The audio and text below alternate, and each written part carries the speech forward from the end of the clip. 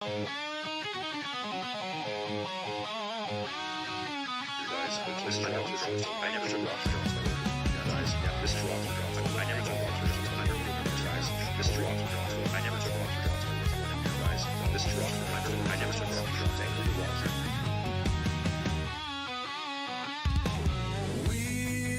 spin on the ground. Sky dark rolls a sound. Echo in the heart's core. Ride like never before. Pedals screaming, wind howl. Freedom rushes through the soul. Chase the night, break the dawn. Never stop, keep rolling on.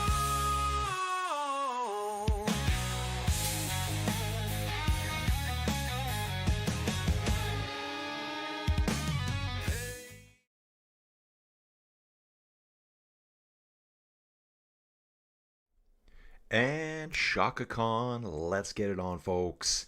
Dudes, I'm back. A little bit delayed today. Didn't start right at the beginning of the race. Still really tired, guys. What are we doing today, guys? First off, Inside Cycling World. Colin, as usual, guys. I haven't streamed since Saturday. The women's European Championship road race. That's the last race I did. What happened on Sunday? Oh, we were at the hospital.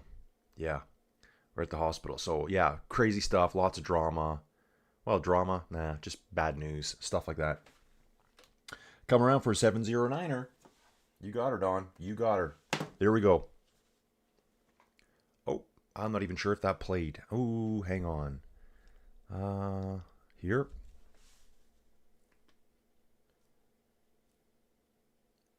Huh. I don't know if my sound effects are playing today, guys. I guess I'll just leave them alone for now. Maybe I've got to do this. Will that work? God, I have no idea, guys. I'm completely lost today. Okay, dude, so what are we doing? Inside Cycling World here, Colin. As usual, guys, we're doing Gran Piemonte today. Another one of the autumn classics. Just going to turn some stuff down here. Why did that not play? That seems really weird. Just hoping my audio is okay, guys. Yeah, mic looks good. Something goofy's going on there with my soundboard. I don't get it right now. So yeah, dudes, unfortunately I missed the men's European Championships, and I missed Trey Valley Vercine as well. Saturday we're at late. I got home like at 9 o'clock at night. Well, late, okay, late for me. And I didn't have the stream set up, and I was just wiped. And yeah, so I didn't stream that day. Same thing happened on Tuesday morning. We were back at the hospital on Monday. So, yes, there we go, dudes. We're back, though. We're back now. Let's resume cycling mayhem, guys. Dudes, just quickly here. So Gran Piemonte is underway right now. There's 6 riders in a break with a 2-minute, 7-second lead on the main peloton. They started at about 4:15 this morning for me. And so they're about an hour into the race right now. I think they're probably just over 40K in right now, 45K. Before we do that, guys, just want to show you here for Sunday, we've got Isaac Del Toro signing up for Lombardia. Oscar Only signed up, Giulio Ciccone. Romain Gregoire has signed up, Ben Healy, Nielsen Paulus. Skelmos, they're all signing up for the Sunday, guys. So Lombardia will be heating up. Defending super champion, Taddy, will be back to go for his 5th win at Lombardia, and that will tie the record, I think, set by Copy way back in the day. Don saying, it's okay, if you want to watch the European Championship, just watch the World Championships again. Yeah, it's basically a repeat of the Worlds, right? It seems that's the usual MO for Poggy now on these one-day races. And others. Mathieu van der Poel does the exact same thing. Go on super long breaks and just ride away from everyone. I did see, what was it? You know what, guys? I just saw some quick highlights. I've been so busy. Between hospital visits. So if you guys don't know, both Joey's parents are in the hospital, and they're in different hospitals, making it very stressful just to even try to get to them. We're trying to get them home. Yeah, it's a nightmare for us right now. So that's what I've been busy doing. Streaming times in the mornings. I think it was, I think on Tuesday for Trey Valley Veracine, I got up early. I thought, well, I can either sit here and stream hidden in the 10x10 cube of cycling domination, or I can hang out with Joey and, help her out. So I had coffee with Joey that morning. We just kind of hung out and talked about stuff. So yeah, dudes, let's get it. Gran Piemonte, the 109th running of this baby. It's a Pro Series race. One-day race, 179 kilometers. They're currently actually only 33.4 kilometers into the race. Six riders up front. Langelilotti, Tratnik, Suterlin, Matteo Trentin, Odd Christian Eiking, and Adne Holter, who I don't know. Uno X rider here, 25-year-old. Okay, was at Luxembourg and did all the autumn races. You're going to see a lot of DNFs as well. Again, when they fall behind, they just kind of bail out. That's normal. Arctic race of Norway. So that's the race I probably would have seen him at the most. And then probably Luxembourg. Yeah, so it sounds like both those races, the Worlds and the Euros, are the same. Same with Remco. Wins the time trial at both. Gets second place both at the road race. Big. I actually was talking with, maybe it was with Papa Marino, I think. I can't remember. Someone I was talking with. The biggest winner of the European Championships for me was Paul Ceja. Third place overall behind 1-2, world champions and Euro champions. Poggi and Remco. Paul Ceja at 18 years old. Actually, just at 19.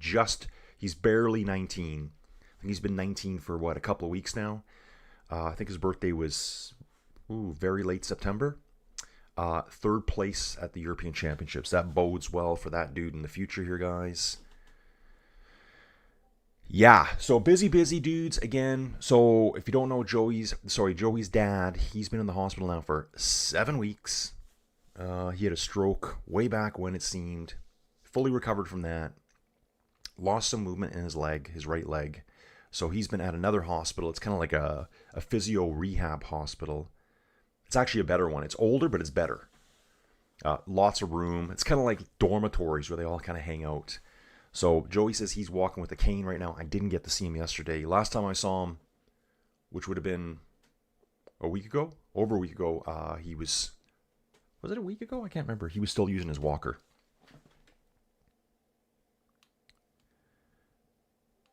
Don saying that Remco had no excuses for not winning the Euro Championships road race. He had to admit that Poggi was stronger that day.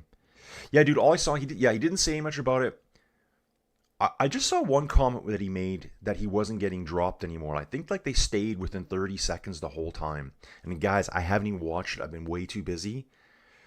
In the background too, I'm trying to do that licensing course, which hopefully I'm going to be done real quick here.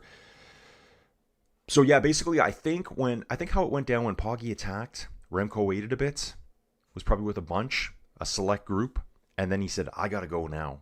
So I think Remco started doing a lot of chasing, and then managed to keep it within 30 seconds all the way to the finish. Which you could also say Poggi could watch him at 30 seconds back, go, "Yep, that's good enough." So he knew how to react to that too. So Poggi definitely won the race, took the advantage, went early. Another big breakaway win for him. And so we're probably going to see the same thing on Sunday. Remember, this is going to be his 5th win at Lombardia. It's one of the monuments. There's only 5 monuments. And I'm pretty sure it's Coppi who has 5 wins.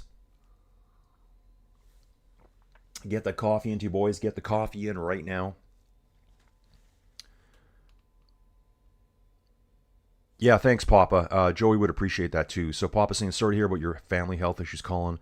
I've been through the same with my family members. It's tough. Yeah, so Papa, Bob, I'm probably going to call him, dude, it's funny, your name's Papa Marino. The girls call their grandpa Papa, right? So I accidentally call him Papa now.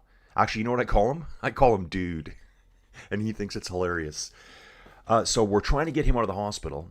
Sadly, though, so we got them out. We picked up Granny. Went and got Bob from the hospital, took him out for a steak dinner. That was on a Saturday night. We had a great steak dinner. Got everyone home. I think I told you guys about this the next morning. I was exhausted again. And the following Friday, Granny got admitted to the hospital. I don't know why she got taken exactly. Like, what was the reason they called the ambulance? I don't know exactly. I wasn't there. So that was Friday night. Maybe Saturday morning. So I think we've seen her Sunday. I think I last saw her Monday. I don't know, guys. Saturday, it's all a blur. And so Granny's been diagnosed with cancer. So Granny has colon cancer. It's probably in her liver and her lymph nodes. And so they've done colonoscopies. I guess you can do a colonoscopy from the top end too. I didn't know that. Dudes, if you hadn't had a colonoscopy because you're kind of weirded out by it, just do it. Just do it. Colin's had 3. I've had 3 of them. And dudes, outside of drinking that puke drink, you won't even know what's going on. Not a big deal. So yeah, Granny's got this large mass in her colon, which they said it's going to be in her liver and probably her lymph nodes. I don't know how they know all this. They did do a biopsy, which they said they were working on. As of yesterday, because I couldn't be there, I was doing exams all day yesterday. Basically, and I don't want to make it seem too light, but I'm trying to keep things upbeat here. It's basically there's nothing they can do. So we're just at that point. So now our next goal is to get Granny home with Bob. Because Bob can't go home if Granny's not there. Now, the weird thing is, so Bob apparently is on a cane as of yesterday, scooting around, so that's great.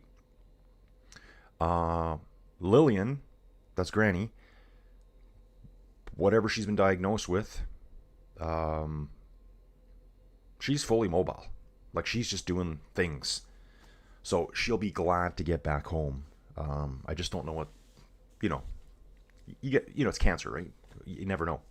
Obviously, it's been in her system quite a while. Like, it wasn't just discovered. But Granny's never had a colonoscopy. And like I said to Joey, and she's saying it too, and she knows she needs one now because she's been told to get one and she refuses. Joey's 54. She should have had one by now. And they would have seen it on a colonoscopy if Granny would have been on top of it. They would have seen it. They missed it because she refused to go. So don't do that. Dudes, let's get back and talk to him about Gran Piemonte. So last year's winner was Nielsen Paulus, 2024 winner. He is here again today. Some key things to talk about here. This is one of our main climbs, the Castelletto de Ero. 6.1 kilometers at 5.2%. I think we take this on 2 times at the end. Yeah, we take it on 2 times at the end. We're going to do it once, enter the finish line, cross the finish line once, do the climb again, return to the finish line. Still to come, we have the Brick della Forma, the Rocetta Pelea, then the Castelletto de Ero, Castelletto de Ero again. So you guys, it's been kind of a whirlwind last few days. Like I said, going to the hospital Saturday, trying to just deal with that, getting up Sunday morning and realizing, oh, Joey's sitting up by herself. Like, worrying. So I just canceled the stream that I was going to do. And the exact same thing happened on Tuesday. As of yesterday, I had to do exams all day. There's 4 exams. Just to be honest, failed one of them. I failed it by 1 question. There's like a pass grade that you need. And the hard thing about that is that 1 question I failed cost me $100. It's going to crash in the Peloton here, guys. And I will have video feed here. Yeah, it's going to be a little bit still. It's over an hour away for the video feed. I'm assuming that's worldwide. I got it at 6:50 in the morning here. So yeah, dudes, if you sign up for 1 exam, it's $100. Or you can do all 4 of those ones together as a package for $100. You do them all in one day. So I think it was my 2nd exam. So that was obviously my worst one. The other ones were easy. Segregated funds and annuities. That's the one I was off by 1 question. And the problem is, one, I need to pass it. So I need to get 1 more question right. That's all I care about. The job I'm going to be doing for this company, I'm not even selling segregated funds and annuities. That's not even what we're doing, but it's just part of the course. So now I have to reschedule another exam, and I think I'm going to get charged full rate this time for the retake. So it's going to cost me $100 for 1 question, and half a day of my time, because I got to drive all the way to Calgary, an hour. Exam will take me like an hour to drive home, but it'll be 4 hours roundabouts.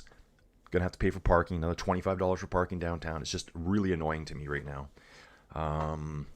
So yeah, but we're back streaming, guys. Let's get it. Now, I want to see if my Stream Deck's actually working, because I can't tell. Oh, I know what's... do I need to open up Stream Deck in the background here? So, yeah, I may have to open my Stream Deck here. Now it should work, I think. Oops. I think you guys are on a black screen here. See what's going on here? Yep. So if I coming around for a 709er. Thank you. I think it worked that time, guys. Let's give you them all. Let's get it on Shaka Khan. We are in the pipe. 5x5. Good douche. It's time for a Watts apocalypse. Yes, dudes. Okay, I think it's running. I think it's working now. Maybe. Hard to say. Anyone heard that? Just let me know. Guys, like the videos. Give them the hype action too. All that stuff's super important. Oh, yeah, another exciting thing today. So after I do this video, I'm going to whip outside, do the chores.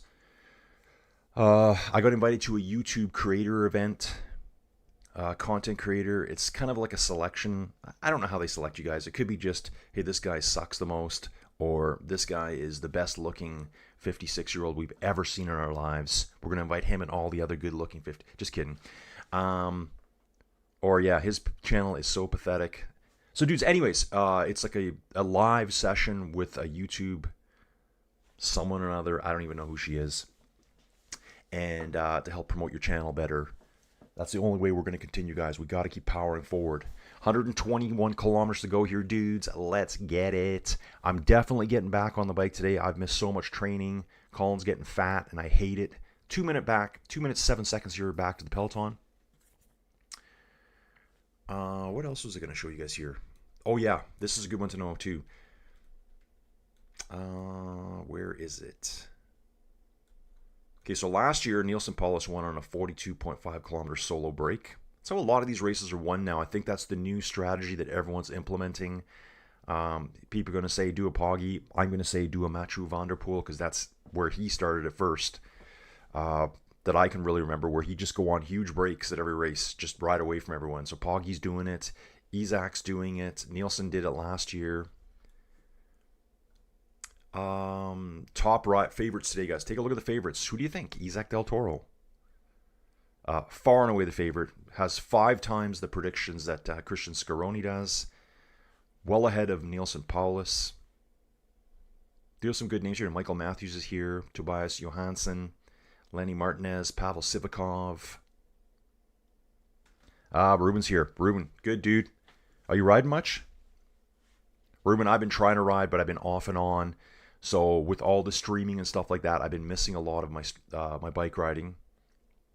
Started getting back into it, and then Granny being sick now, and Bob being sick, and it's going to be just more running around like crazy. Check this, guys, out. Most wins in one-day races this season by teams. UAE has 22 wins. Soudal Quickstep, second place team, only has 8. Lidl Trek 7. Alpecin de Koenig 7. And Tudor Pro Cycling 5. Now, this is the stat I was trying to show you here.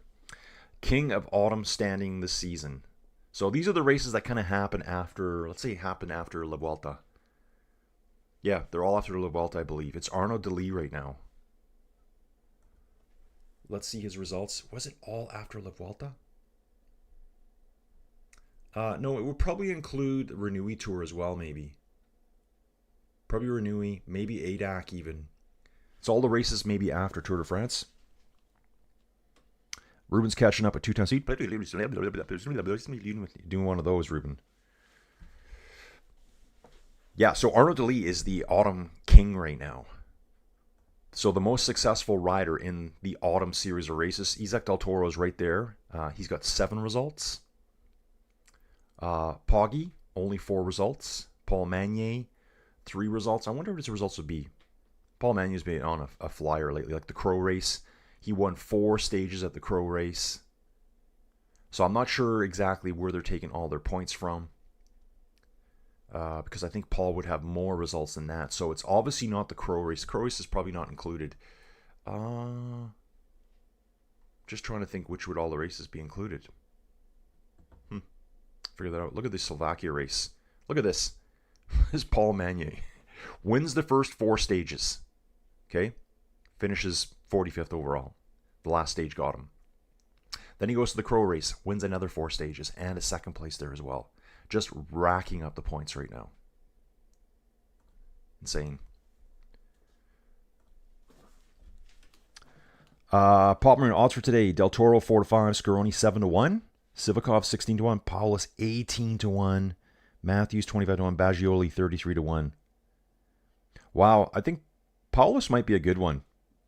That's what I would say. I mean, the guy knows how to win it. He's done it before. So last year, Paulus went on a 42-kilometer break. So he would have left at around kilometer 130. He went on the breakaway the first time over the top of the Castelletto de Aero. He would have had to have. On the descent. Yeah, he escaped on the descent. If he went on a 42-kilometer break, that means he would have been 140... Can't think right now. 137 kilometers right around here. He was solo. So probably pulled away from people on the descent the first time through and then took off and just rode away. I'm looking for some more updates on who crashed here. And I'll be looking at the live stuff here to get this live video up right away. Nice one, Papa. Yeah, I got a tickle on Paulus. I mean, last year's winner at 16-1, that's pretty decent. And again, knows how to win it. I think there is something here that shows the top 20 from last year, if they're here or not. So, was Isaac Del Toro here last year? Let me just find that out for you guys. I saw that earlier today. A few more events here. There was development riders. Okay, that's the beginning. Yeah, it's going to show us somewhere here.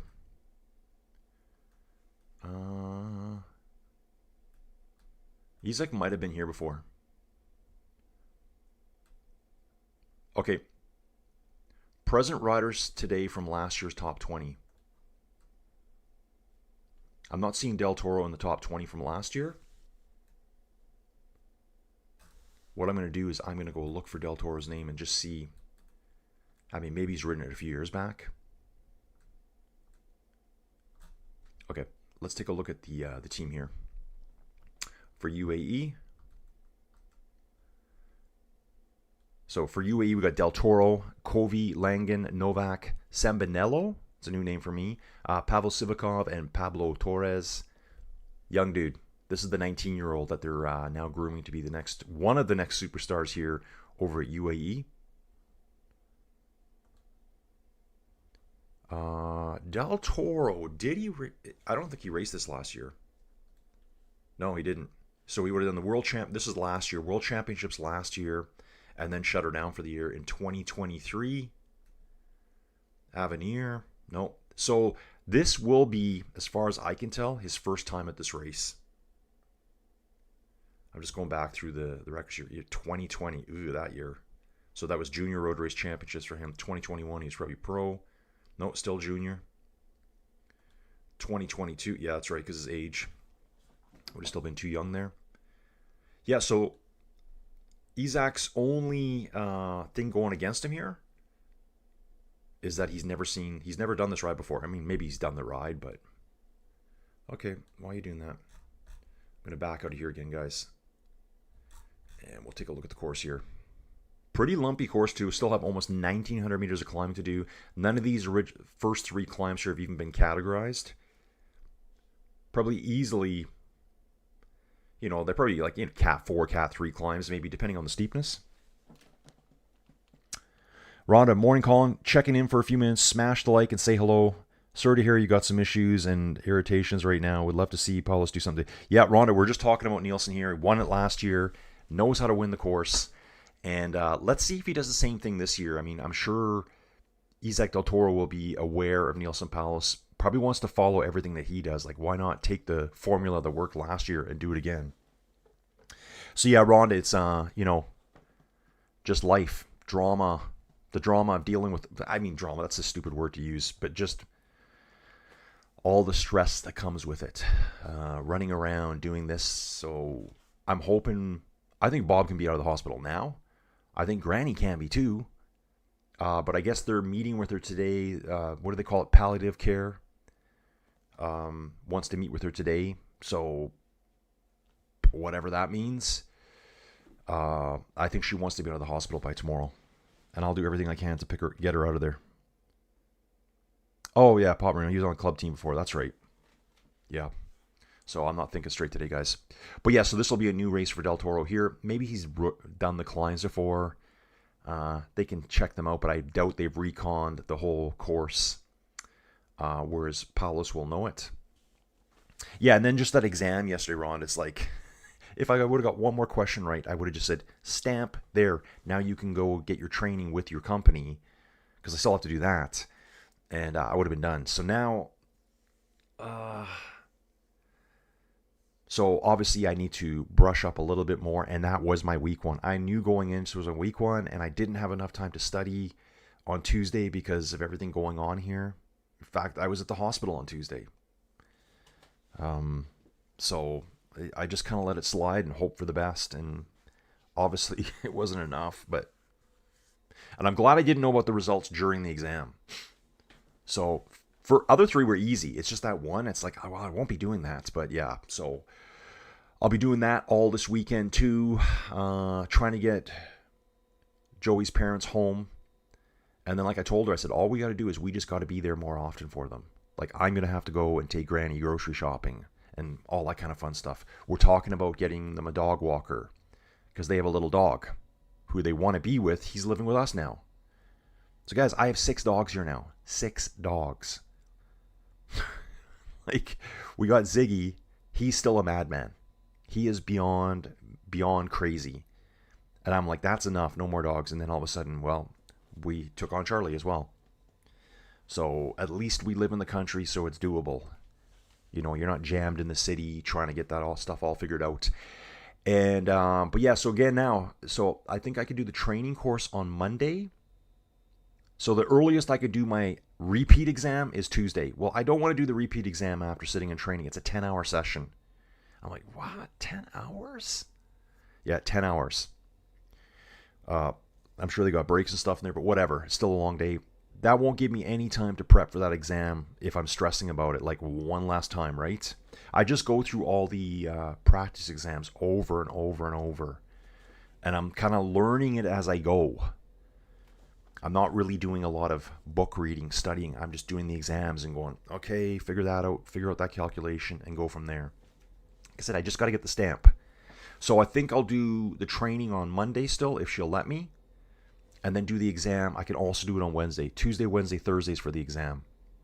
And again, but still, it's like drive all the way to Calgary, pay $25. I think it's $26 to park for more than 3 hours.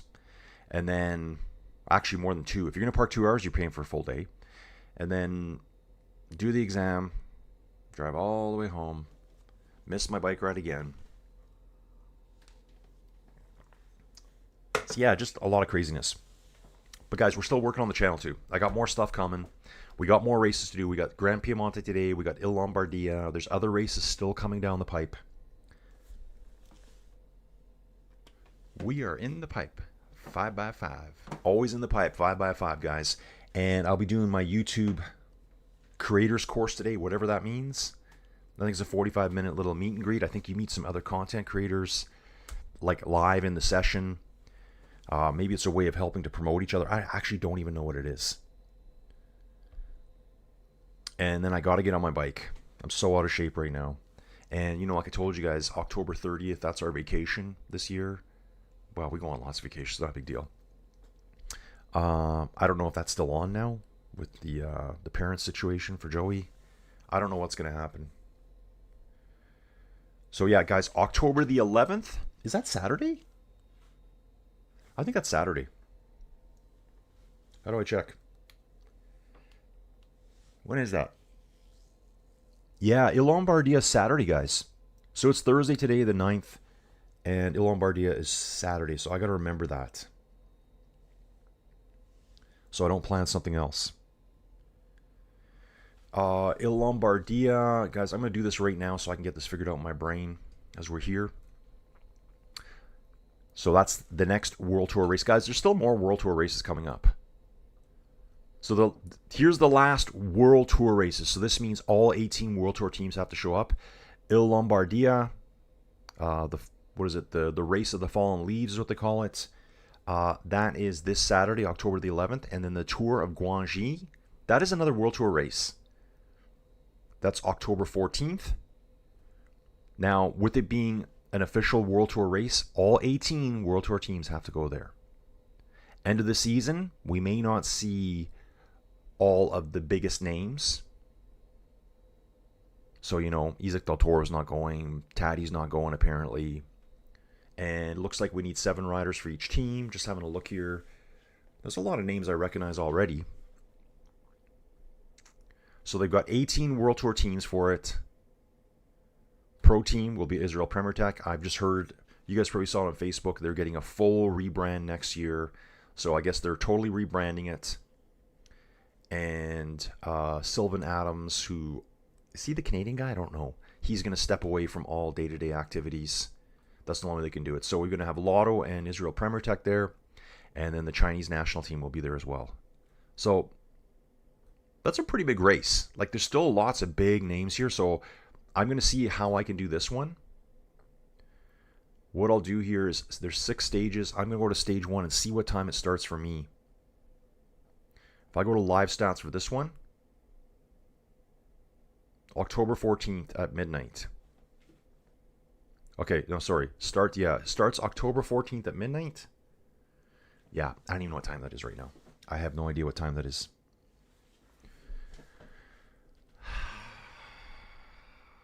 What time is that? I know it's midnight, but what time is that for me? So it's saying CET, 6 in the morning. So that's Central European time. So that's going to be 10 o'clock at night for me. Okay, we're going to figure out how we're going to do that one, guys. I don't know how I'm going to do that yet. We'll see what's going on at home here.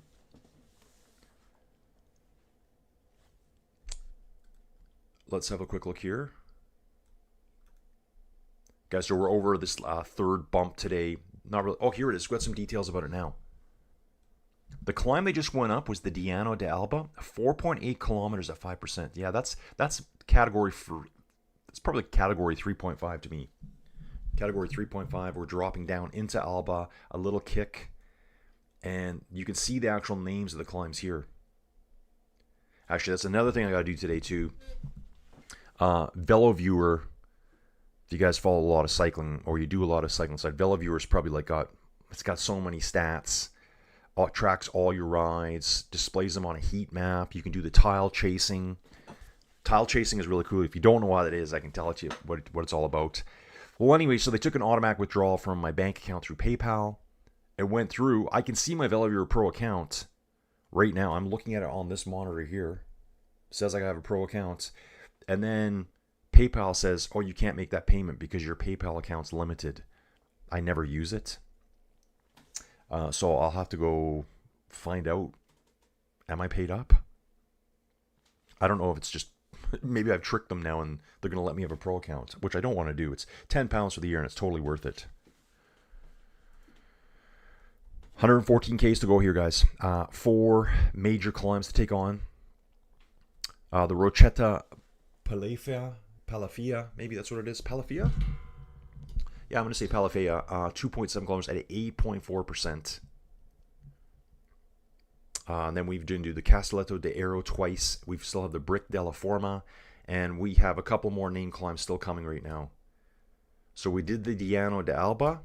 Almost 5 kilometers at 5%. Now we got another one coming up. Looks like it's called Tre Stelle. 3.1 kilometers at 4.7%. Boom. Let's go, guys. Let's go.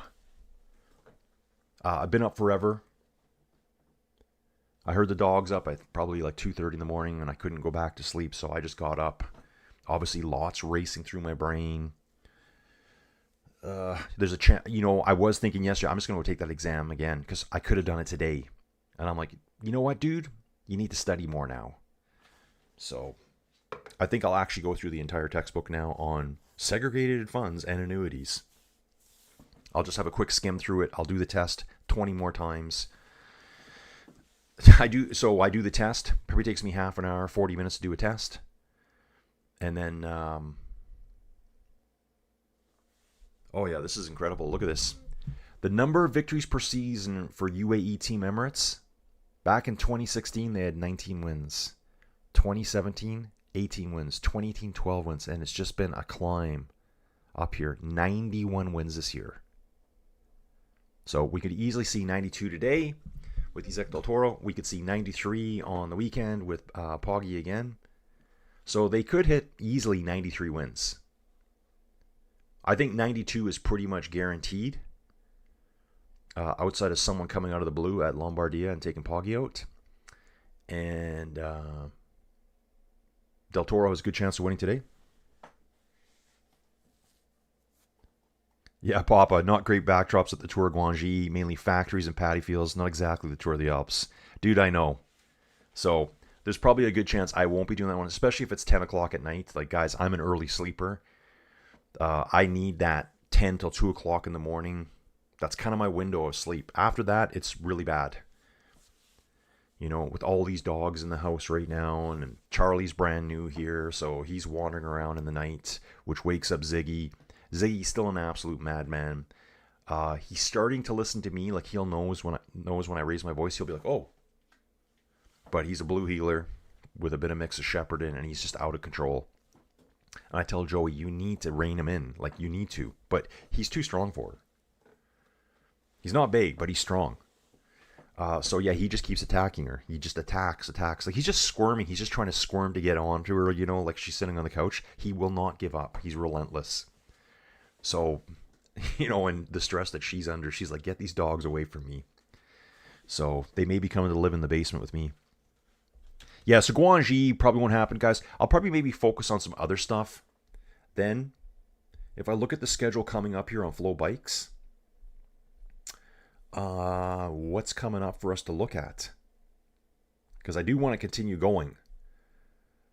Ooh, UCI World Track Championships. We could be doing that, guys. Wonder if I can pull it up for you guys right here. Yeah, I'm going to do that here. Yep, it's not live yet, so I'm going to close that there. I'm going to open up my other page here. Current temperature outside, guys, is -2 degrees, I think. Just so you know, it's not cold, but cold enough, right? Flow Sports, here we go, Flow Sports. Wants me to sign up. I don't need to sign up. Okay. How about Flow Bikes? Flow Bikes. Okay. I have been here before, so it should remember where I'm going. Okay, dudes. Let me do this quick for you here. I haven't even set any of this up yet. Sorry, guys. Flow bike. That's live stats. Sorry, guys. I'm just staring at stuff here. My brain is melting down. Okay, thank you. It worked. Okay, dudes, let's jump in here. So, Flow Bikes, this is what I see all the time, guys. I look at the schedule here. October. So, we're on Gran Piemonte today. This is October 9th. So, this is all Flow Bikes offerings in Canada. It's different from the US. We got mountain biking tomorrow. Okay. The 11th, that's Saturday, in Lombardia. Oh, also the Gravel World Championships. I want to follow that too. So that could be a pretty big day for me. Oh, the 12th, guys, we got Perry Tours. So that's one thing to remember. Okay, I'm going to jump back, guys. Ooh, I have too many screens open. Just going to come back here for a second. So, Tour of Guangxi is our last World Tour race of the year, but there's still races. So I'm going to come back right out of here when we look at the calendar itself. Next races, so Lombardia, Perry Tours is on October. Oh, that's Sunday. Perry Tours, October 12th. Was it? Is this the race that Christophe Laporte won last year? I think it is, where he was away for almost a year. Oh, yeah. Bob Marino, dude, I know, I love it. The Israel National Champs start 25th October. Yeah, dude, I think I'm going to pass on that one. I don't want to be crucified by the entire internet. Although I'd love to do it. So we got Perry Tours on Sunday, October 12th. Yeah, there's lots to do here, guys. There's still lots of races. It's just what's all going to... Yeah, there is. I can see the Israeli championships there. Wonder where they're going to have those. Oh, the Chronos des Nations. Yeah, that's what I want to do. Yeah. Okay, so I'm going to go back to Flow Bikes for a second and see if that pops in. Turn that off. There's a Lombardia. Lombardia. Here's Perry Tours. Tour Glangy. Probably going to skip all that, guys. Yeah, look here. Okay, it is showing it. These races start at 8 o'clock at night for me. Yeah, that's going to totally ruin my entire sleep cycle again. October 17th. We got some cyclocross. Tour Glangy still. Track World Championships. Maybe I can do something with that. Tour de France presentation, guys. October 23rd, Tour de France presentation. I'm going to watch that. I will live stream that. So maybe that one, I think the Chrono des Nations, I think that's a time trial. I think so. So I can probably find another source to get that on. That's something that might be, maybe that's going to be on YouTube and I can watch one of those pirated streams. Okay, we're back here. Back to the race, guys. Let's see what's going on. Here we go. Still 6 riders in her break, 2-minute gap. They're just going to let that 2-minute gap hover the whole time. Yeah, I know. So I wonder, like, I don't even know what they're going to call themselves next. Have they lined up new sponsors? Do they even keep the name Premier Tech, or is there too much whatever associated with that? I don't know. But yeah, they're going to have to totally, I guess they got to take the name Israel off there. And again, I can understand that. The same as the Russian stuff, right? They've given no flag now, so I guess they want the same with the Israelis. I'm going to say the same with you could do the same with the UAE, though. Very easy. Very easy if you look hard. If you look hard and do a bit of reading, you can see that UAE should be in the naughty books as well. Quite naughty. So 6 dudes up front representing 6 different teams at the moment. Dogs are racing around. That means Joey Jojo's up. 6 o'clock in the morning here. I think she's going to try to make it into work today. If not, I'm going to have to go in and grab all the stuff that shows up there at the office. Keep powering on, guys. And then talk with my insurance lady and say, get me into the training for Monday. I'll do the training all day Monday. I'll study before, do videos before. Tuesday, full massive jam session all day Tuesday to do this exam on Wednesday to pass it and just be freaking done with it. Like one question. One question. I'm pretty sure I have to repay to do it. So when I first registered for it, Movistar is also noticed that they took a look under the thin surface. Yeah, well, I said Movistar now, Don, I think, is owned by an Israeli billionaire. So what do they want to do about that? I guess he also owns a big Spanish football team as well.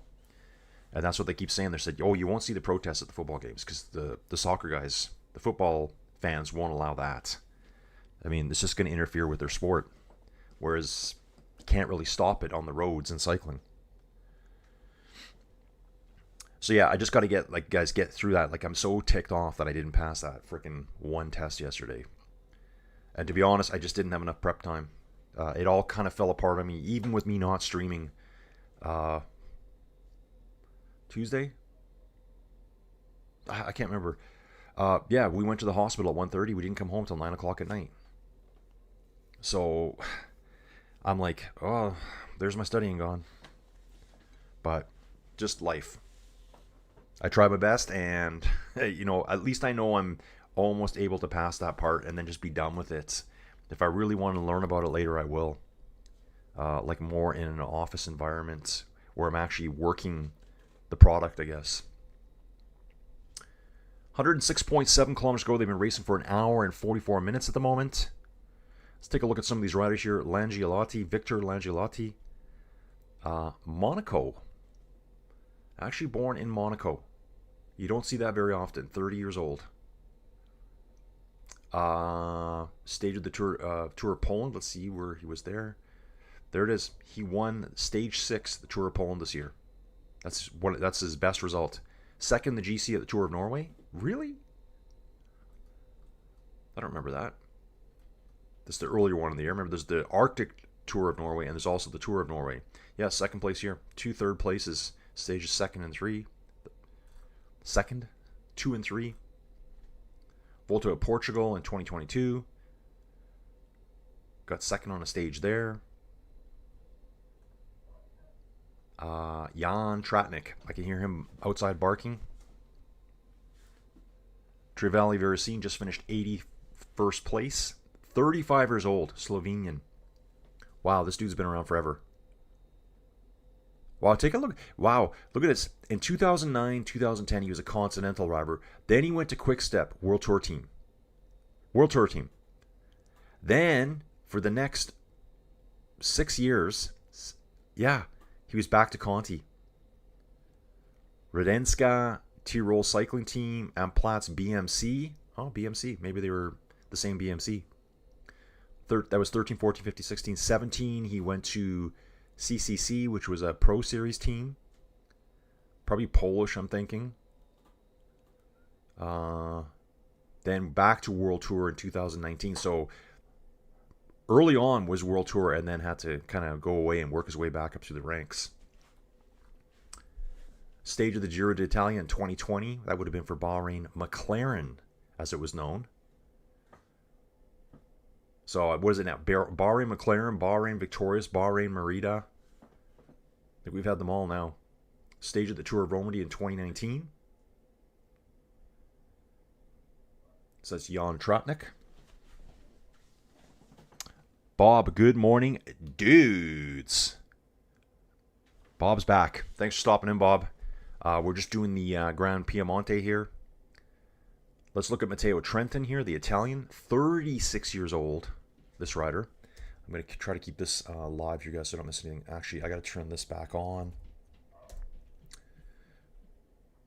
Yeah, lots of barking. Matteo Trentin, 36 years old. First went pro 2011 for the same team, Quick Step Cycling Team, the same that Tratnik was on. I think they might have been there almost at the same time. Very close. And it's been World Tour since then. Omega Pharma Quick Step, Edix Quick Step Floors, Mitchelton Scott, CCC, UAE for 3 years, and now with Tudor for the next 3 years. Has a contract through 2026. I wonder how much longer he'll keep racing. So won 3 stages of the Tour de France, 4 stages of the Vuelta. He's won 2 Paris Tours. That's coming up on Sunday, guys. European Conti Road Race Champion in 2018. A lot under his belt here. Trofeo Mattioti. We just saw that race very recently. Yep, second in the World Championship Road Race European. Oh, that was the Worlds in 2019. Had some really good results this year, too. Odd Christian Eiking here. 30 years old. Unibet Titema Rockets. Is what? Is that right? Yeah, it is. Wow. I didn't actually realize that they were here. Okay, let's have a quick look. Yeah, they are here. So we don't have all the World Tour teams here. We have 2, 4, 6, 8. Looks like 11 World Tour teams. 12. Some pro teams. The pro teams will be Q36, Team Solution Tech Vinny Fantini, Team Polti Visit Malta, Tudor, Uno X, Unibet Titema Rockets, VF Group Bardiana. Actually, we might have 12 or 13 World Tour teams.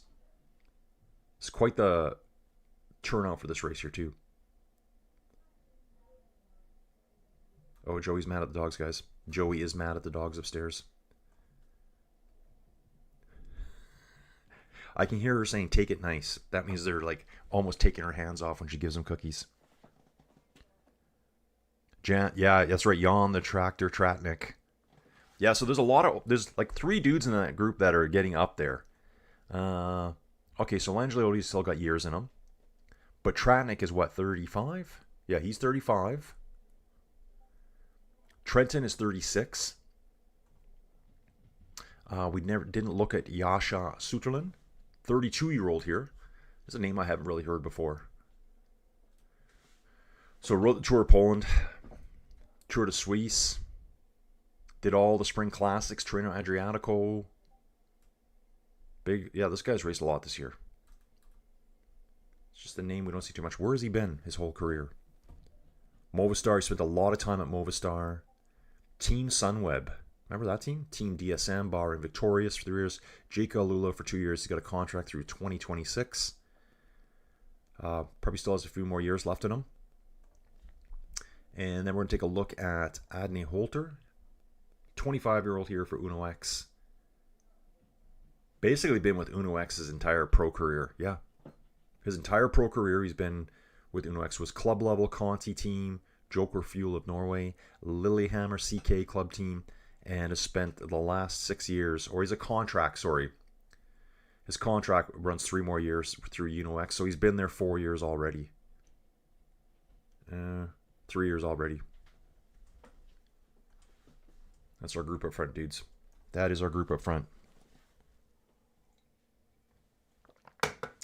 Oh, yeah. Let's get it, dudes. Let's get it.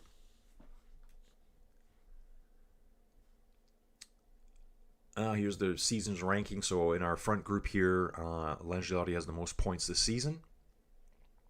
Actually, it's funny that they bring this stat up right now, because I was just going through all their ages. This front group is kind of a seasoned veterans group. Outside of Adne Holter, 5... Actually, they're saying there's 7 riders in the front group. Why are they saying there's 7 riders? Hermans. I did see his name earlier. Is he in this front group? They're saying there's 7 riders in that front group here. We're over the Tre Stelle. And now we're crying the Brick del Forma. 4.4 kilometers at 6.3%. Guys, it's going to be probably going to ride like this for a long ways over our 2 climbs. And then phase 2 of the race will start. I think it's going to launch the first ascent up the Castelletto de Ero. Like up that climb, it's going to be whittled down. There's going to be a select group by the top of that climb. Some guys are going to get dropped. They're probably going to get back on the descent. It looks like it's probably about a 5-6 kilometer descent back down to the finish line, and then they do the whole thing one more time. So phase 2 of the race will be starting, on that climb, the first time up the Castelletto de Ero. And as soon as I can see anything here, I'm hoping they're going to show it early. Sometimes it just comes on earlier than what they say. I don't think they really even know when it's going to show up. Just whenever World Tour feed gives it to them. And all the other commentators and stuff are hanging out there. Okay, Flow Bikes, let's go. Here we go. Yeah, we're not live yet, guys. We are not live yet. So yeah, dudes, we'll keep powering on with the channel. I'm probably gonna make some videos here coming up, all about inside cycling. I'm gonna do one where I show people what I'm actually talking about. I think I've shown you guys once before, and then I'm gonna go through and review all of the platforms. Maybe not review, just a quick overview. Like, you guys probably know Zwift. Well, that one's graphics, pros and cons. Just a quick little summary of each. I don't need to go into this. What's better? Those are kind of clicky to me. When I say clicky, clickbaity. I tried it and it sucked. Or, there's my Whoosh. There's Training Peaks Virtual, which I just started riding in. Bike Terra. We love Bike Terra. There's that one. There's Ruvi. There's actually a few other ones too. Ruvi actually just bought Full Gas and Be Cool. So those have been eliminated now. They had probably very small user bases. So Ruvi's kind of kind of going after all the video side. Full Gas and Be Cool had video elements. Be Cool also had a graphics element to it, like where it looked like a computer game. So I thought I'd be doing a video about like that. Some of those videos do pretty well for me. They always get interest. So in fact, if I don't stream for more than a couple days, I notice my videos that do the best are my tutorial starter guide videos. People seem to like those. I do them a lot like this where I go into every little detail. I just keep rambling and rambling. So if you're starting out, you're like, you know, it's when you do anything, you're starting out, well, no, I need to know exactly how you do it. That's how I kind of do those, and people seem to enjoy this, so I'm probably going to do some more of those. Continue with the racing, do some cyclocross racing. Hopefully we can get some late season gravel racing. And again, just around the corner, like it's crazy right now. Next World Tour races, look, they're already showing Santos Tour Down Under. So January 20th of next year, I know it seems like it's a long ways, but it's not. Just over 3 months away. Santos Tour Down Under, that's going to fly. Then we got the Cadell Evans Great Ocean Road Race. Then, you know, February we're in the UAE Tour. Late February we start all the spring races. Strada Bianche, Paris-Nice is there. Tirreno Adriatico stage race, Milan San Remo. Like, come on. Let's get it on, Shaka Khan. Let's get it on. What else can we see here today? Actually, I was going to look at some rankings here for you too. Rankings. We're going to go UCI World Ranking Individual. Poggy this year, 11,680 points. Or as of this year. Jonas second place. Mads Pedersen had a brilliant year. Climbed up 9 positions. Look at Isaac Del Toro here, guys. Wow. Yeah, he moves up 53 positions here.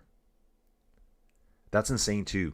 3 out of the top, again guys, this is UCI World Ranking.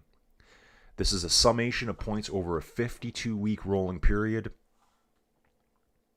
A previous edition of a race is removed from the ranking if the latest edition has finished. Okay, I got it. So like last year's ranking at Gran Piemonte will be eliminated at the end of today. So it's a rolling 52 weeks.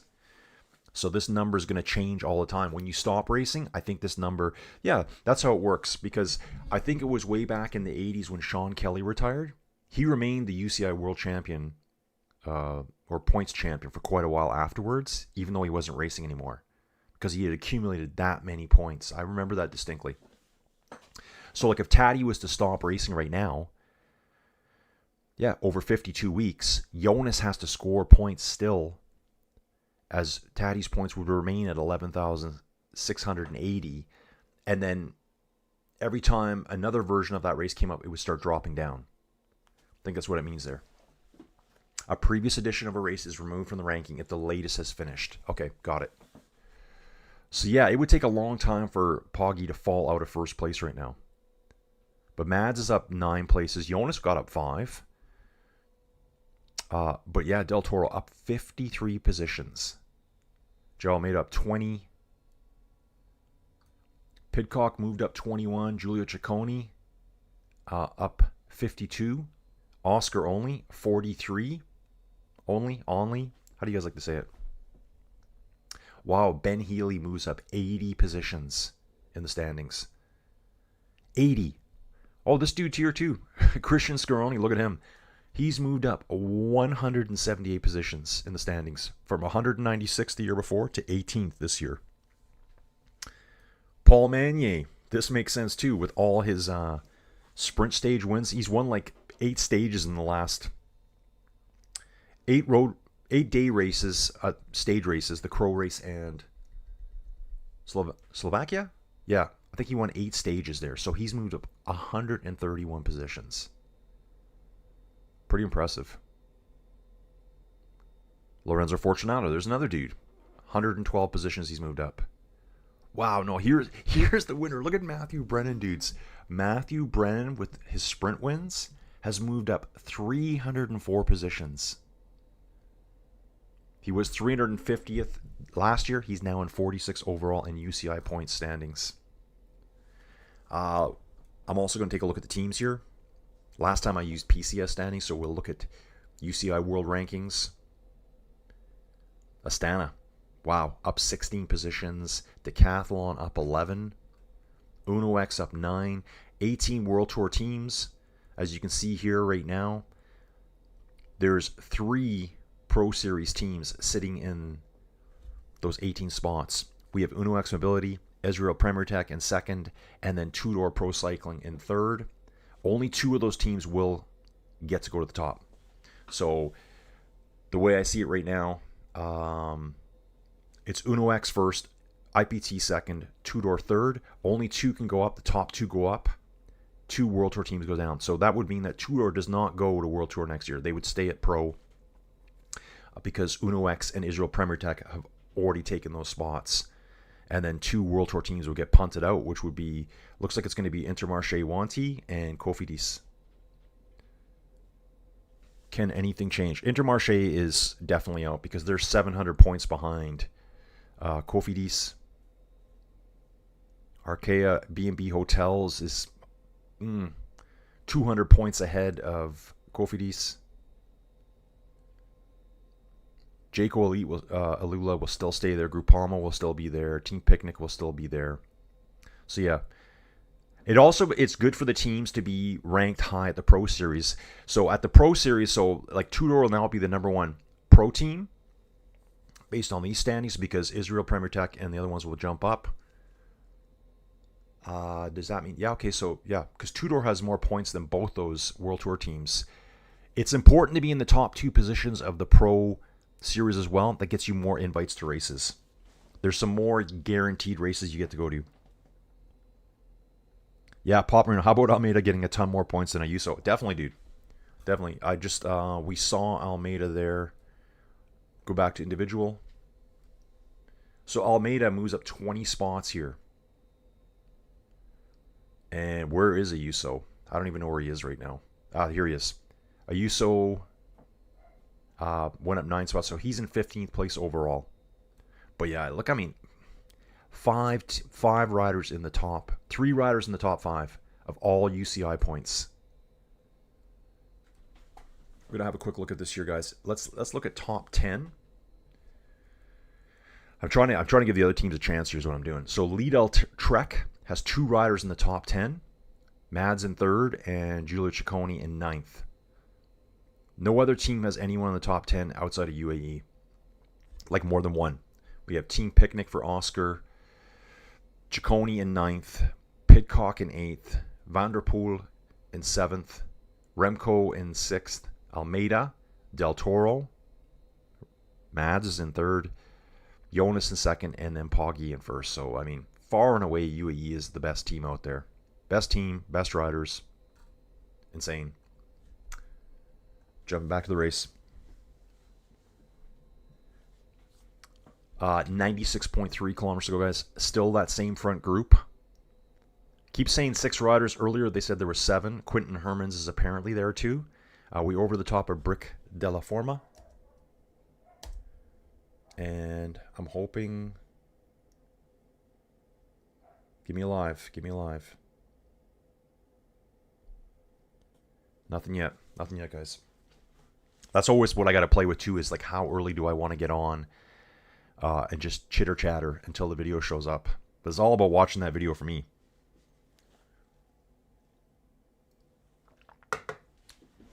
So yeah, today I do have to go to town too, but I think I'm going to do that tomorrow. And yeah, I should start doing those quick tests every day now and just start pounding them into my head. Oh yeah, I won't be going to town today because right as soon as we're done this outside and then I'm doing this YouTube content creators thing. Who knows, guys? Maybe there's a chance my channel can keep just powering forward.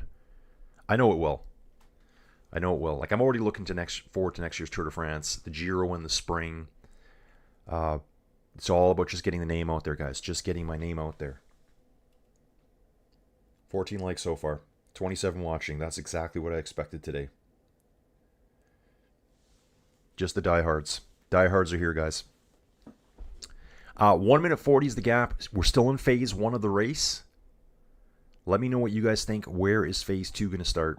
I'm saying it's on that climb. The first time up the Castelletto de Ero. We know that Nielsen Paulus went last year before 140 kilometers out. Before kilometer 140. He had a 42.5 kilometer solo breakaway last year. The race is 179 long, so you can quickly do the math there. So he probably was just in that leading group, probably a select group over the top. And then on the descent, he just took off. I should go back and watch that race. Didn't see it last year. Oh, where's my live chat? Here it is. So yeah, guys, that's the schedule for now. This today, Lombardia on Saturday. I'm hoping to do Perry Tours on Sunday if it's shown. I think it is. I'll do what I can. Study. Be Mr. Boring this weekend as usual. Yeah, it is showing. So 7 a.m. for me, Sunday morning, we have Perry Tours. So I'm going to do that as well.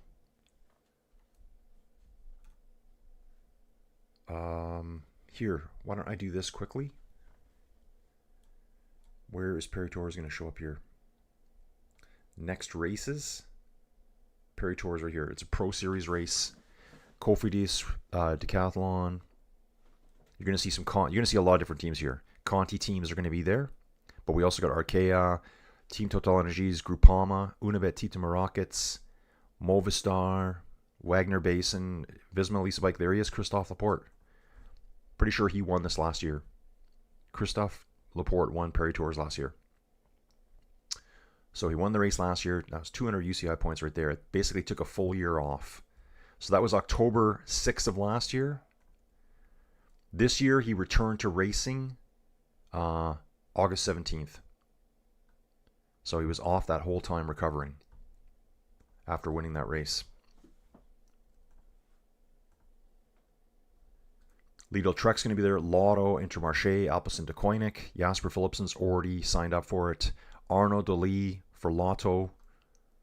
Who else do we see? Dylan Van Barl, obviously. Don't forget about the wedding. Much anticipated. Whatever. Show me anything cycling related, but if I'm seeing engagements, I'm out. Yeah, whatever. Just me. Pardon me, my feed doesn't start for 30 minutes. Del Toro will be covering any solo effort. Yeah, dude, same here. 30 minutes for me as well. That's the supposed start time. I just keep going to the live feed and hoping for the best. Yeah, you're right. Yeah, mine says 30 minutes as well. So we're getting the exact same feed, Papa. So yeah, dudes, I think Perry Tours is going to be really good too. 119th edition of the Perry Tours. That's insane. Let's go to this here. Obviously, here's the map we're going to be seeing for Perry Tours. Okay. Not really a climbing race, is it? There's some lumps and bumps at the finish. There's some early lumps as well. Nice long race, 211.6 kilometers. It's going to be a fast one at the finish. I expect a lot of sprinters are going to show up for this one.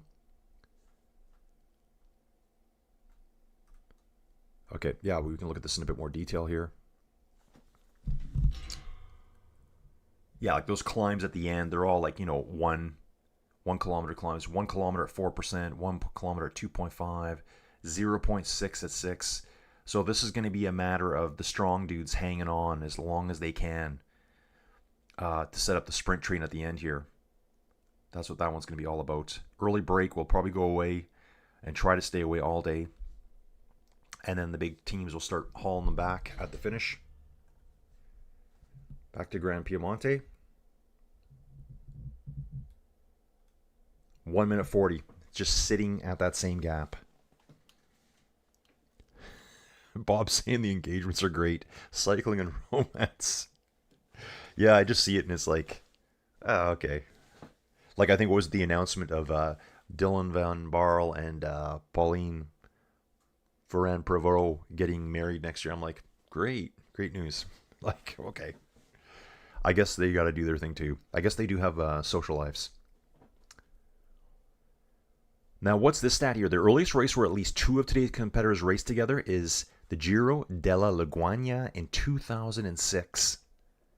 Diego Alesi, Salvatore Puccio, and Matteo Trentin were all at that race in 2006. Really? Really? Yeah. Wow.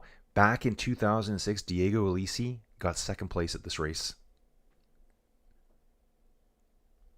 So this, not this race I'm talking about, Giro della Liguania.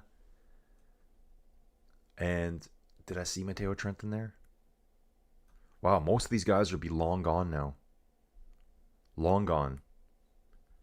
So Diego Alesi right here, 36 years old. So that was 19 years ago they did that race with Trentin. Let's look up Salvatore Puccio, riding for the Grenadiers, 36 years old. So DNF did not start the Giro dell'Emilia. That was last week. This week, I don't even know anymore. Oh yeah, or the one at the end of the Tour de France. That's right, Quinn Simmons. That's right, yeah. He proposed on the Champs-Élysées. I do remember that one. And Matteo Trentin. Wow, 36, yeah. So going back to that race, most of the other dudes are probably long gone. That's a lifetime ago.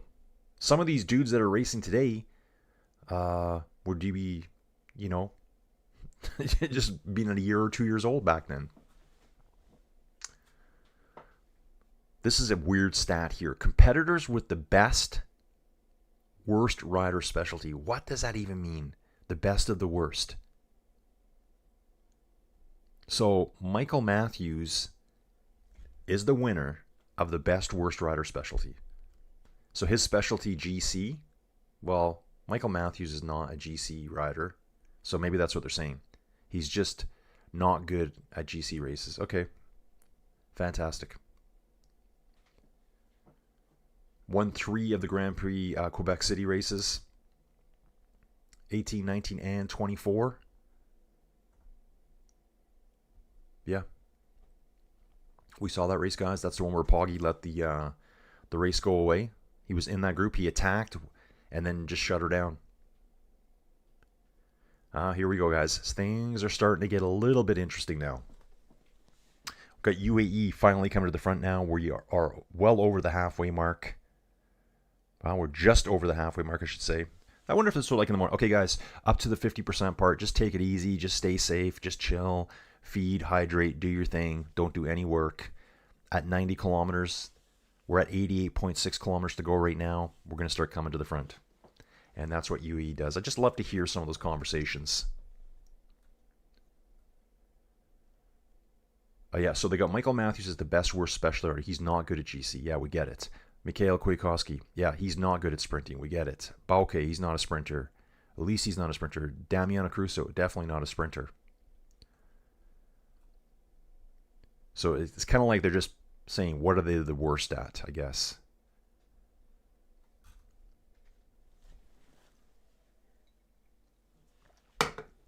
Oh, yeah. We are in the pipe. 5x5. Dudes. So, yeah, guys, I felt like I was just away for so long over the last few days. Sunday, Monday, Tuesday, Wednesday. Yeah, 4 days I was off. And, I mean, I missed 2 really good races there. Joe even says, "Are you ever going to stream again?" I'm like, well, I didn't tell her why I didn't stream. You know, she's awake right now. Hopefully she's got a nice crime show to watch. Keep her mind off things right now. So 1 minute 40 back to the group from the peloton up front. 6 riders up there. And we're anticipating, I'm really looking forward to seeing some video here quick so I can tell you what I'm seeing. Lombardia is 2 days away. And yeah. Bling Matthews is up against Sagan then, Alaphilippe. Now Mads, probably the rider with the most second places. Yeah, dude, you're right. Who's this? Check this dude out here. Sam5301. Which team do you think can surprise? Sam, welcome aboard. Thanks for finding the channel. Sam, how did you find the channel? What did you search for today that made you find this channel? Or are you just a lurker and you've always been here with the channel watching the whole time? Dude, welcome aboard anyways. Dude, I think, I think you got to watch out for Nielsen. Pop Marino has a bet on him at 16-1 odds. Seems like they're being really harsh on him to win. I mean, he won it last year. So the fact that he's not higher ranked than that kind of throws me off a little bit. Papa, what do you think about that? Papa, do you think sometimes the bookies, I love calling, we don't call them the bookies here. We just call, well, we call it sports book. That's what we would call it. But the bookies, I like saying the bookies. Do you think the bookies really screw it up sometimes? Because I think Nielsen could easily win this. And he won it last year, so he knows the route. Yeah, welcome aboard, Sam. Sam, we do this as much as we can. I've missed the last few days. Generally, I try to stream almost every day. This all started kind of back at the beginning of July with the Tour de France Femmes, the Vuelta, a bunch of other races, and just lately I've been really distracted. Gran Piemonte 20, you were the first channel that popped up. Yeah, Sam. Okay, awesome. Dude, because I never know how people find the channel. What good search words are to put in. Dudes, I was doing that on the couch last night. So I was home. Oh yeah, so after I did all my exams yesterday, including the one that I failed, 4 exams, one I failed, just one question. One question. Again, it's $100 to redo the exam. I went to the hospital and the parking was so bad. Basically, you know, it's a parkade, you drive down it. If there's no spots, you turn at the end and you go down this way, or you turn and you go down this way. Not at this hospital, it's barricaded off.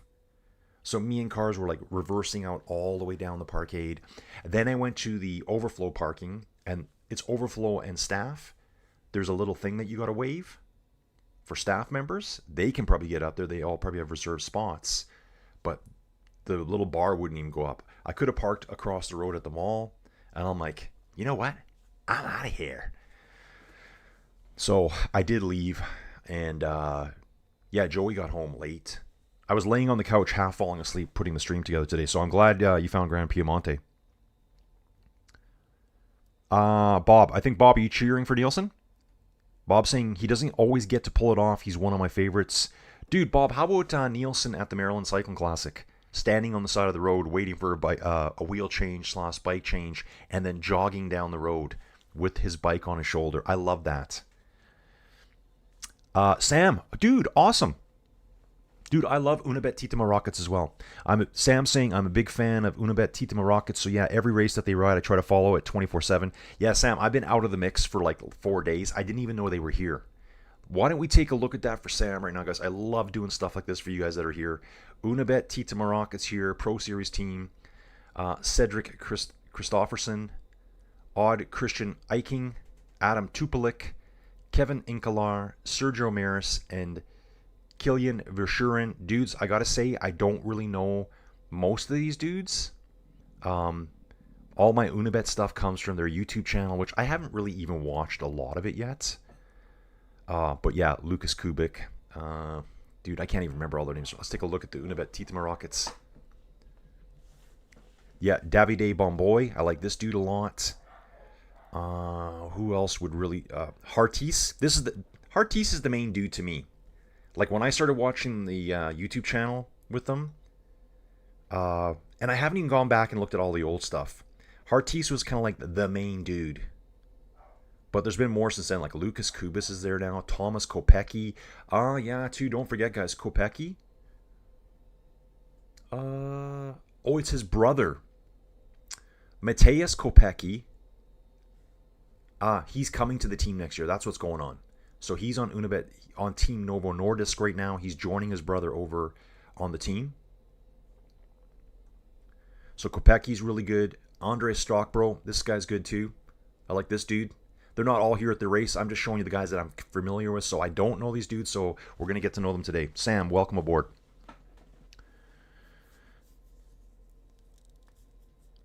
Yeah, Bob, that's 750 batting. Yeah, dude, just Bob, it's like, I should have had that test figured out. Like,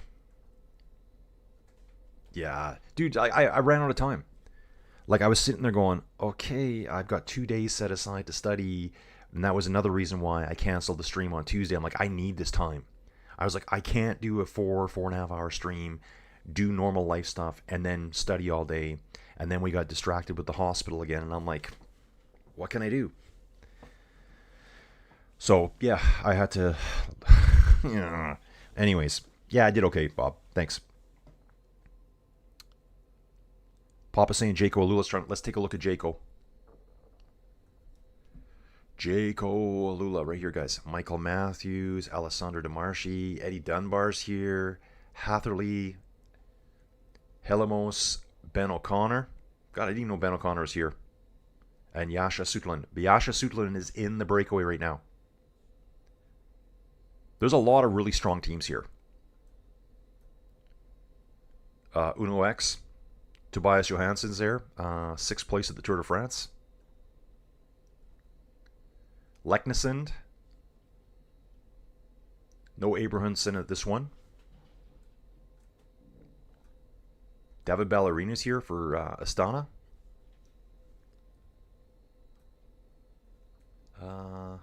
Yeah. Tour de France, she got 2nd on the last stage. Guys, I don't know if you were around for all... Well, some of you were around for that, which is crazy. There was a random dude, I forget his name. He dropped into the stream that day. And he said, I've got a bet on David Ballerini to win. Do you think he can win? And I'm like, dude, probably not. And then there he was. He was in the last break. The only thing that stopped this dude from that guy winning his bet was Wout van Aert attacked on Montmartre. Montmartre? Yeah, Montmartre. And kind of ruined that guy's bet. But yeah, 2nd place, stage 21. 5th on stage 17. Ballerini. Yeah, so cool. Some of those memories, guys, I have. I remember all that stuff now. Where are we at? We're 98.7 kilometers done. I think things are still going to sit pretty static for now. We're still in phase 1 of the race. In fact, the gap's gone out a little bit. We're now at 1 minute and 58 seconds. Nothing's going to happen in this race really of any major importance to the overall result. Phase 2 will be starting somewhere on the climb. The first descent. I'm going to say first descent because it may happen on the downhill too. The Castelletto d'Ero. It'll be whittled down a lot going up it, and there'll be a select group on the descent, and then we're going to see riders trying to attack out of that group. Doing the long-range attack thing that seems to be very common these days. Dave's back. Dave, good to see you, dude. Good to see you here. Sam saying next year they have a team, very good classics and sprint team. Dude, I'm going to follow them more. Dude, I'm going to catch up on all my YouTube videos. There's so much good YouTube content out there. I should be their official commentator. That's what I should do. I'd love to hook up with those dudes. Like, guys, sometimes when I do my channel, I'm like, it could be, it could be one video away from someone going, hey man, I like this guy a lot. This guy. Let's do something with him. Like, that's kind of why I keep doing this. Sponsors, contracts, whatever. Dave saying, just got a slap in the face as to what Jaco does this weekend. They make trailers. Dave, what do you mean? You mean for, like, video content? Oh, that's right. Dave, you're right. Yeah, Jaco makes trailers. It's a big brand here. So Jaco makes travel trailers, caravans for you guys in the UK. Yeah, they make trailers. Bob's in Massachusetts, USA. Alberta, Canada, right here. Pop Marina, South Coast, UK. Oh, Adri. Adri won here. Paris, France. Adri, welcome aboard, dude. Sam's from the Netherlands. Yeah, Sam, I was going to guess you're from the Netherlands, being Unibet Titema Rockets fan. Adri, yeah. The first time he's commented here, Adri, thanks for finding the channel, dude. Ooh. Gaffuri today will surprise you. Really, dude? What do you know about him? We're just going to do a quick refresh here, guys. I'm thinking I might give another coffee. For all you guys that are new here, this is common when you join my channel. Yep, Dave's in Toronto, guys. So Dave's on the east. I don't want to say east side of Canada. I'd say Dave's more of like middle. Actually, Dave, if you were in the States, they would call you Central. They call all that part there Central. I'm like, that's almost east to me. You know what I'm saying? But East Coast Canada to me is like Newfoundland. You got to be way out there. Yeah, so Dave's Toronto. Adri here is Paris. Adri, how'd you find the channel? Grant, did you just search Gran Piemonte? Guys, we've done so many races, and all the dudes know here, like Dave knows, Don, Popper knows how many races I've covered this year. And, you know, outside of the paid media people, I'm the only one doing this. Pretty much. You know, like independent dudes just kind of messing around doing it. Okay, so this is going to continue. We got 77.7 kilometers to go, still 1,260 meters of climbing. And you know, actually, these climbs are pretty tough. You can see here with 1,250 meters of climbing still to go, it's all going to be jammed into these 3 climbs. So each of these climbs is going to be probably, you know, 400 meters per climb. Yeah, first one will be a bit less. The last two are 300 meters each. So the last 2 are 300 meters each. This one coming up is going to be a chunk. And there must be like lots of little bumps along the way.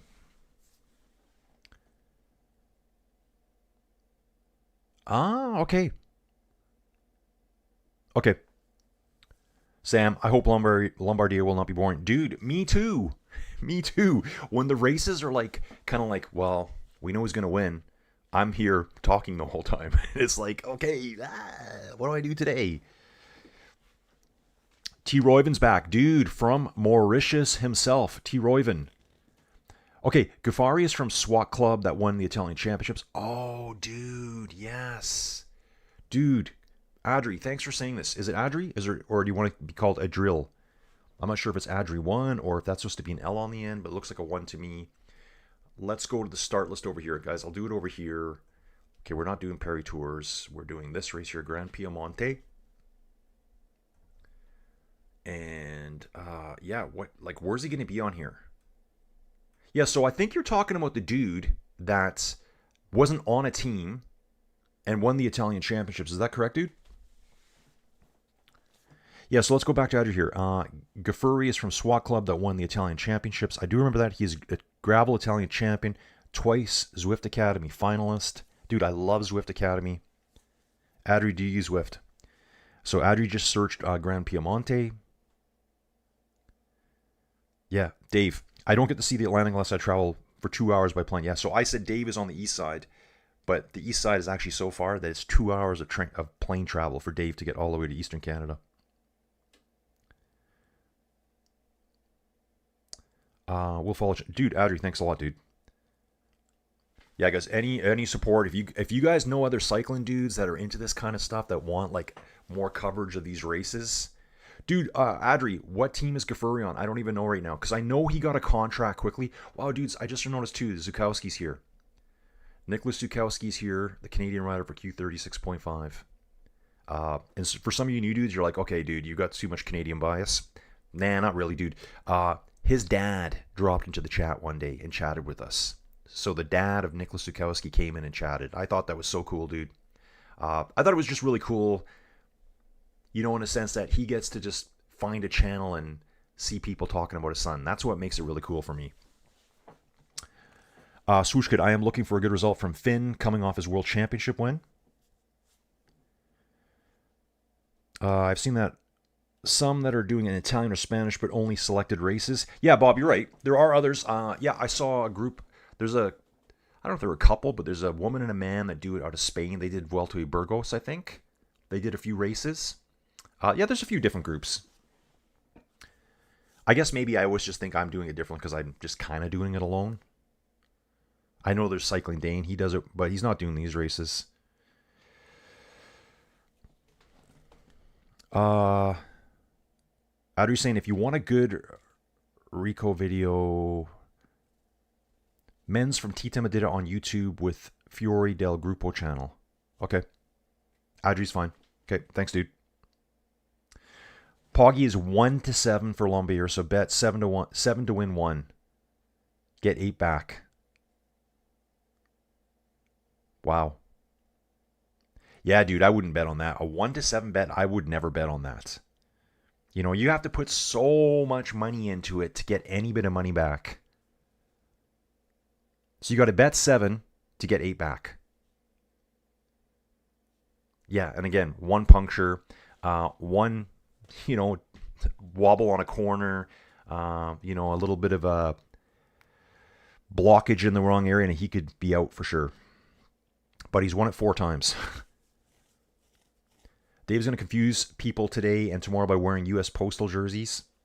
Dude, good one. Dave's mentioned that, dude, because Canada Post is on strike once again here in Canada. Once again, they're on strike. We have teachers striking out here in Alberta. Live coverage starts at 14:50, right? Yeah, dude, it does. Dude, it should be coming up in 5 minutes here. So, yep, there it's showing up live now, but it's just going to be the little holding screen. Yeah, here it is. I got to turn that down so you guys don't hear commercials. Pulte. Good. Okay, dude, thank you. So, you guys, I do read all your comments. Yeah, here's Finn Lorenzo that Swoosh Kid was talking about. Yeah, Finn Lorenzo. Nice. Men's under 23 road race world champion. 10th at the European Continental Championships under 23. Guys, I would have done more of that stuff too, but I had no video feed of any of that.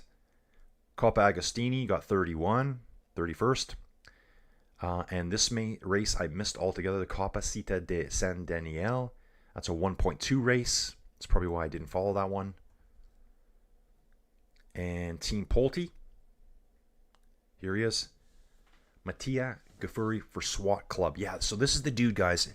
If you didn't all see this, and I know the kind of the rough story, this is a guy that was riding club level. SWAT Club. And won, where is it? The National Championships, Gravel Championships in Italy. Yeah. Oh, he raced in Canada too. Okay, so let's take a look at SWAT Club quickly. SWAT Club was only 16 riders. Gaffuri was there. Italian club. They ride giants. Yeah, you can see his name popping up. Second overall on the GC, the Tour de Beauce in Canada. Okay, and here he is again. An Austrian race here. But yeah, I think when he won that gravel championships earlier, it actually wasn't that long ago, was it? July 27th. I think he got a contract. I'm just trying to see everything here, guys. Yeah, from club level, like bounced right up. Maybe I'm thinking that wrong. Okay, I got to catch up with the chat, guys. It's starting to get busy. Pulte, okay, and with our travel prices will be cheaper. Yeah, dude, it's cheaper to, guys, in Canada, it's cheaper to basically fly to other countries than it is to fly within Canada. It's such a rip-off scam here. Same with our cell phones. Most people in the world don't know how much we pay for cell phones. Like a standard phone here, like I pay $100 every month. Just standard. Nothing special about it. For cell service. I don't know what else is everywhere else, but I hear ours is really bad. T-Roy, whenever Poggy is in a race, there's really not a surprise of who will win the race, right? Yeah. Dude, when Poggy shows up, I hope for someone else to win. Just because I want to see someone else win the race. 158 is still the gap, guys. It's probably changing all the time, but they're not giving us much time checks right now. And even here at Gran Piemonte, who can really beat Del Toro? Dude, I think we're going to see some excitement here. Pop Marino does have a bet on Nielsen Paulus at 16-1. Bet $1, win 16. That dude won this race last year. He knows the finish. He did go on a solo break last year. I'm hoping to see that again. Let's take a look at EF while we're here. Nielsen Paulus, Samuel Bastilla, Alex Bodine, Rui Costa, James Shaw, George Steinhauser, and Yardi Christian Vanderlee. Let's see what he just... Okay, so he was at La Vuelta. I do remember that. James Shaw. Where's that last name? Okay.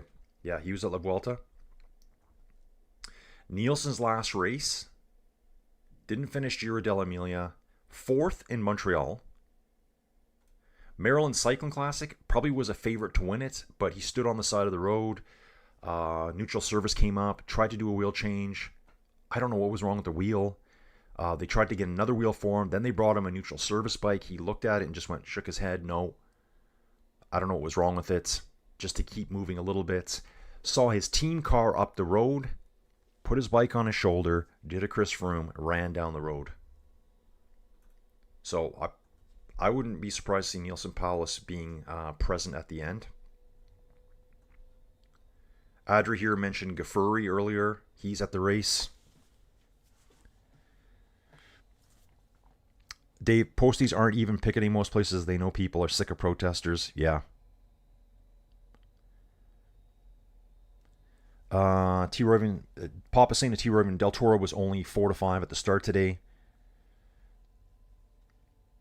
Oh, cool, dude. Look at this dude. H. Linmo just chimed in onto this race, and 2 of my team's riders DNF'd early on the stage. Dude, who are you talking about? Let us know. H. Linmo, bro. Welcome aboard, dude. How'd you find the channel? And which 2 dudes are you talking about? Sam, that is the other rider. That's Filippo Conca. Oh, okay, Sam. So that's the guy that won and got the contract right away? Is that who we're talking about? And Adri saying another good rider for top 10 is Cool Sit. Look at his latest results this month. Yeah, Bob, $25 a month for cell service. I just basics, no frills. Yeah, dude, this is basically, I just have like a no frills package here. In fact, the newer packages give me more now. I mean, but every like year, it's like, oh, now you can have 500 gigs a day. Now you can have a terabyte of data. No one's ever going to use that much. Like, I need about 1 gig of data per month. Not even that.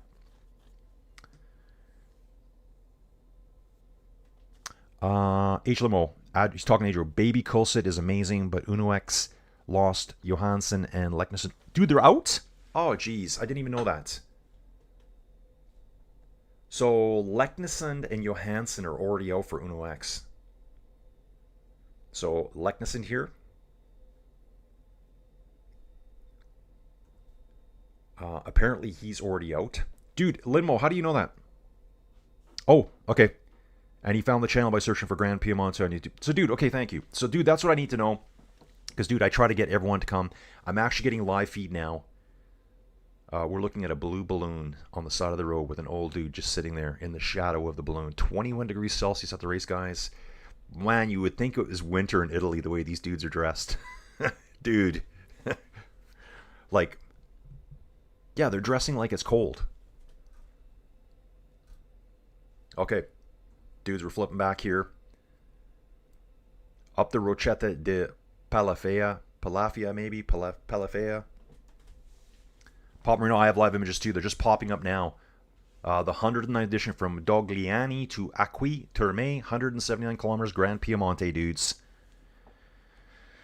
Norwegian news on top. Okay, so H. Limo here is getting news straight from the source, the Norwegians. Lenin Martinez should do a good race today. Yeah, guys, like this is like a hitter's. I mean, outside of some of the hugest names, these are strong teams for everyone here. Here's Lenny Martinez, Matty Mahoric's here, Robert Stannard, Fred Wright. Damiano Caruso's here too. Vermeesh Glivar. Where's our Legliotti? What's his name? Luca. The Jude Law lookalike. He is not here for Alpecin de Koenig. Very unfortunate. If you know, you know. Filippo Ganna's here. Kwiatkowski. Langelotti's in that breakaway right now. Ewan Bernal's here. Joss Charling. Axel Laurence. Intermarché. This dude, too, is very strong on these climbs. This dude here. Louis Barret. 6 at GP Industry and Artigianato.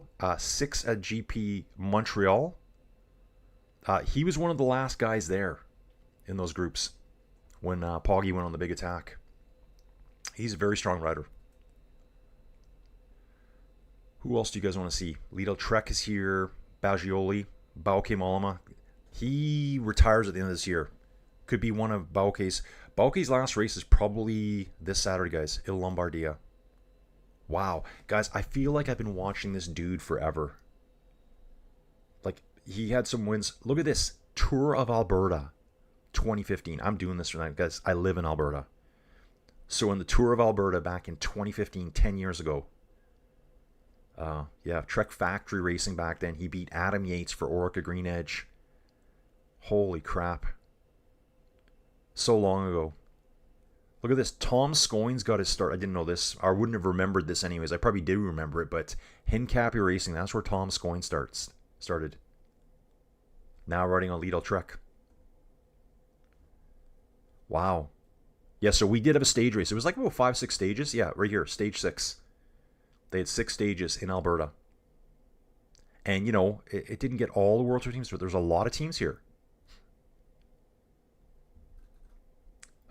Yeah, like down to, there was 101 riders. So it wasn't like a small race, pretty big race. I'm just browsing names here right now. Of course, there's going to be a lot of Canadians here. For this, Sam Bennett was here. That was kind of like when he was on the climb, I think, when he was getting really good. Lots of Americans. Okay, I'll jump out of that, guys, and come back to the race itself. Yeah, we do have live images, guys. I'm going to make my screen bigger now. This is going to be fantastic autumnal scenery here in Italy. Got to be one of the coolest places in the world at this time of the year. Caruso is out of shape. That's from Adri. Yeah, where was Caruso again? Okay, I'll look at that in a second. Sam saying, my opinion is that Mollema got robbed in that tour stage where Froome, etc., crashed at a motor. Dude, are you talking where Froome had to run his bike, or which crash? Wow, 14 countries have won the Gran Piemonte with 82 victories. Italy has the most wins. Take a look at this, guys. On screen here right now. 82 wins. The Italians love this race. This is a big deal. Not a small race at all. US has only won it one time.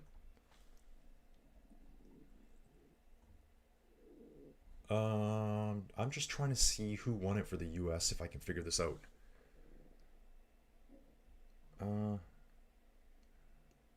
So this is just showing US men and women. There's Rick Friccantello, guys. That's Cebu. I actually don't see the race here, so I'm just trying to figure out who won it for the Americans. UK's only won it one time. Wow. Even the Spaniards have only won this race 3 times. This is like dominated by the Italian teams. And that's probably from like, I'm going to say it's probably from the yesteryears. Oh, the one US rider that's won it, Nielsen Paulus. He won it last year. I just remembered that. So yeah, probably like the original runnings of this. This is such an old race, 109th running of this race. Probably way back when it was just only Italians that raced it. That's my guess. And you can see that right here. Look at this stat here. Winners of Gran Piemonte being their last career wins so far. Their last? It's all Italians. So probably one of these races that, you know, was dominated by the Italians. And this happens in a lot of places too. Like, you know, like I was doing some history on the Tour of Luxembourg. At first, it was just Luxembourgers riding it, Belgians, before the other outside Europeans came in and started racing it. Doing a little interview with Michael Matthews here. We're just getting ready, I think, to exit phase 1 of the race, so it's great that we got live feed. Got another new dude here, Wilfred Nyampu. Who is your top 3 finish for this race, dude? You got to put Del Toro there. I think you got to put Nielsen Paulus there. Everyone else chime in. You know, this last climb of the day could be good. Ben Healy might be on form for this. Let me just double check. I don't want to do that. I want to leave that one there. And we'll use this one here. Yeah. No, sorry, Ben Healy's not here. I'm thinking Lombardia. But yeah, Nielsen Paulus for sure. Alpecin de Koenig, I don't see any winners there of this race. Lenny Martinez will be attacking on that last climb. Intermarché, watch for Louis Barry there. Ineos Grenadiers, who has a chance here?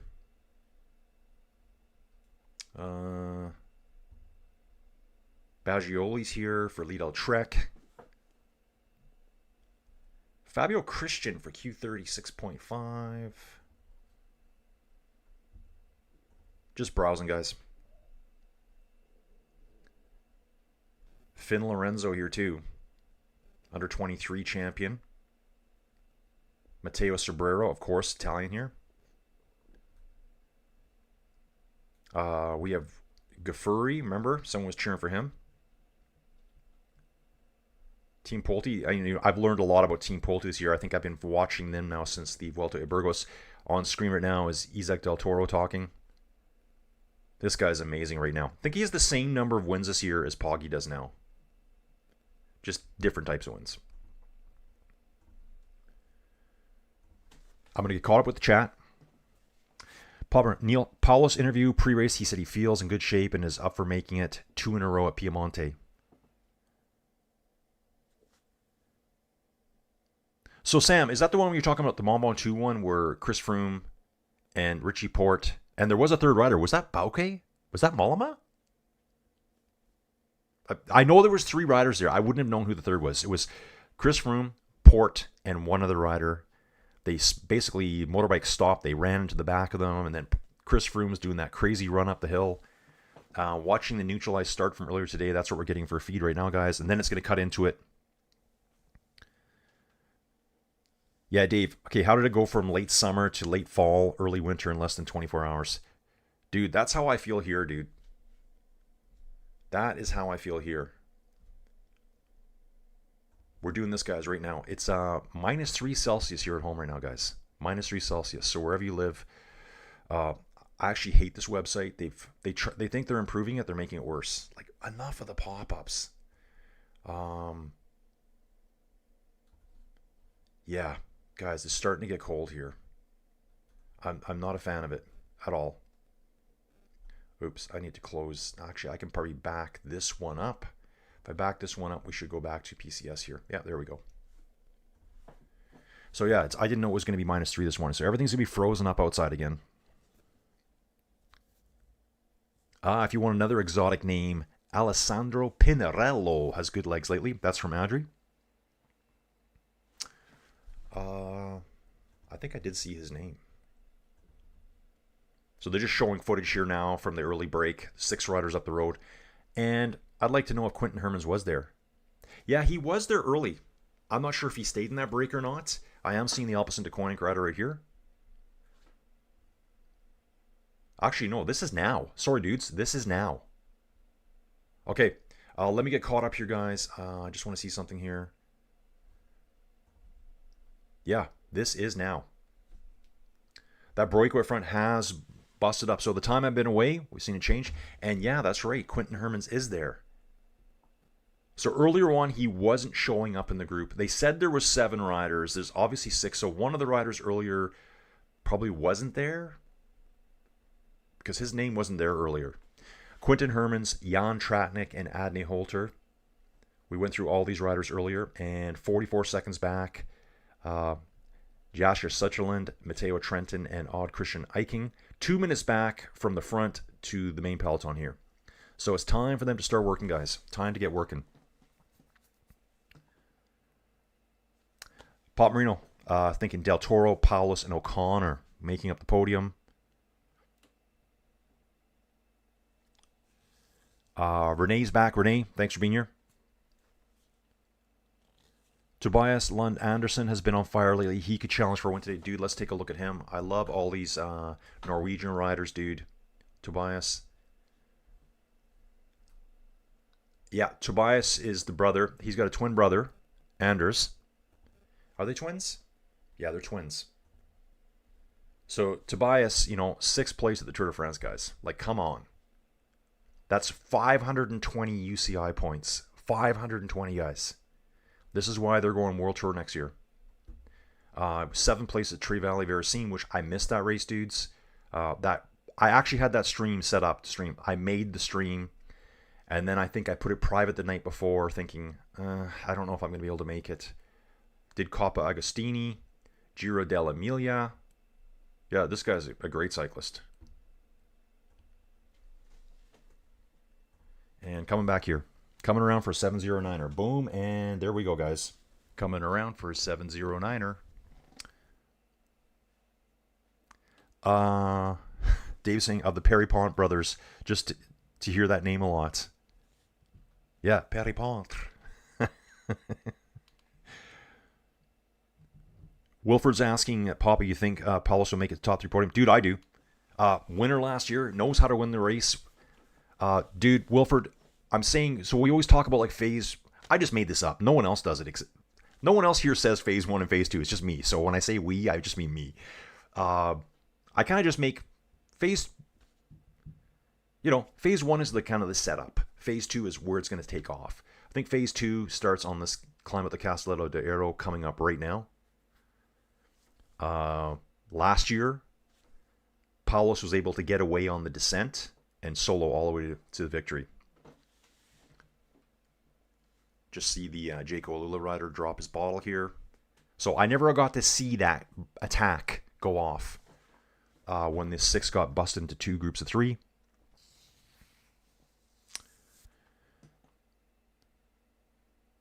Oh, Dave's saying Envier Canada is actually really good. Is that weather? Yeah, Dave, I'm looking for a new one because the Weather Network now is just all just ads to me now. That's all I see. And, well, maybe not so much even ads. It's just a cluster of so many things going on. I feel like I'm kind of off camera a bit here, aren't I? Am I? Yeah, because when I'm over here, guys, I hate doing this. Like, I'm looking up at my...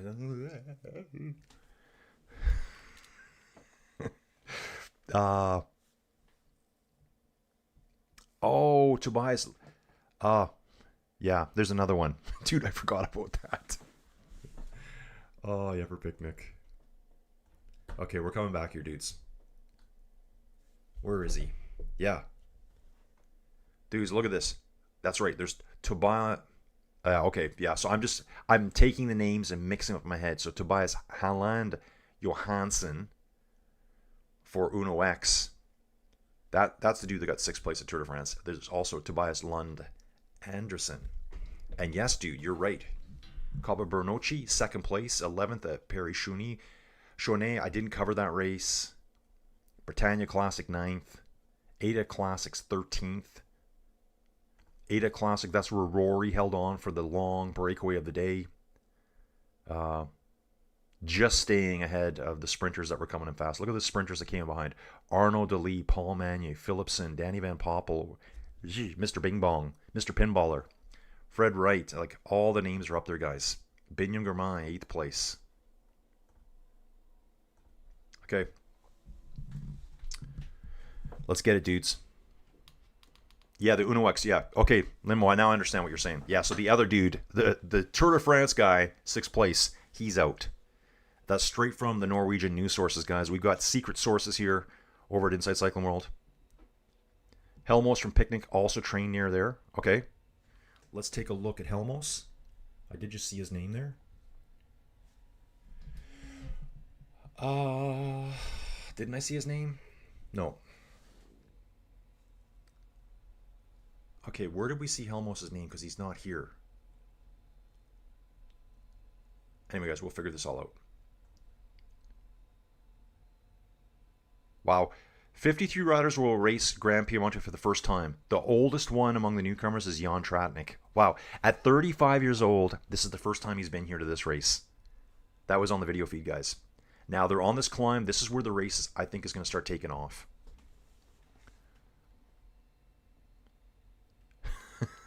Dave, I hope none of the Perry-Pont brothers get called pee-pee. Yeah. Pop Marina saying here to Wilford, I'm not sure Paulus will podium, but he won last year and has been in good form this autumn. Yeah, dude, and he's also got really nice odds. He's 16-1 odds. That's a pretty good bet for a winner from last year. I mean, it's a bike race. Anything can happen. As long as Poggy's not here, I think anything can happen. Okay. Enviro Canada. Yeah, okay. It's where all the other sites get their... Yeah, I imagine it's Environment Canada collecting all the data and then everyone else just compiling it.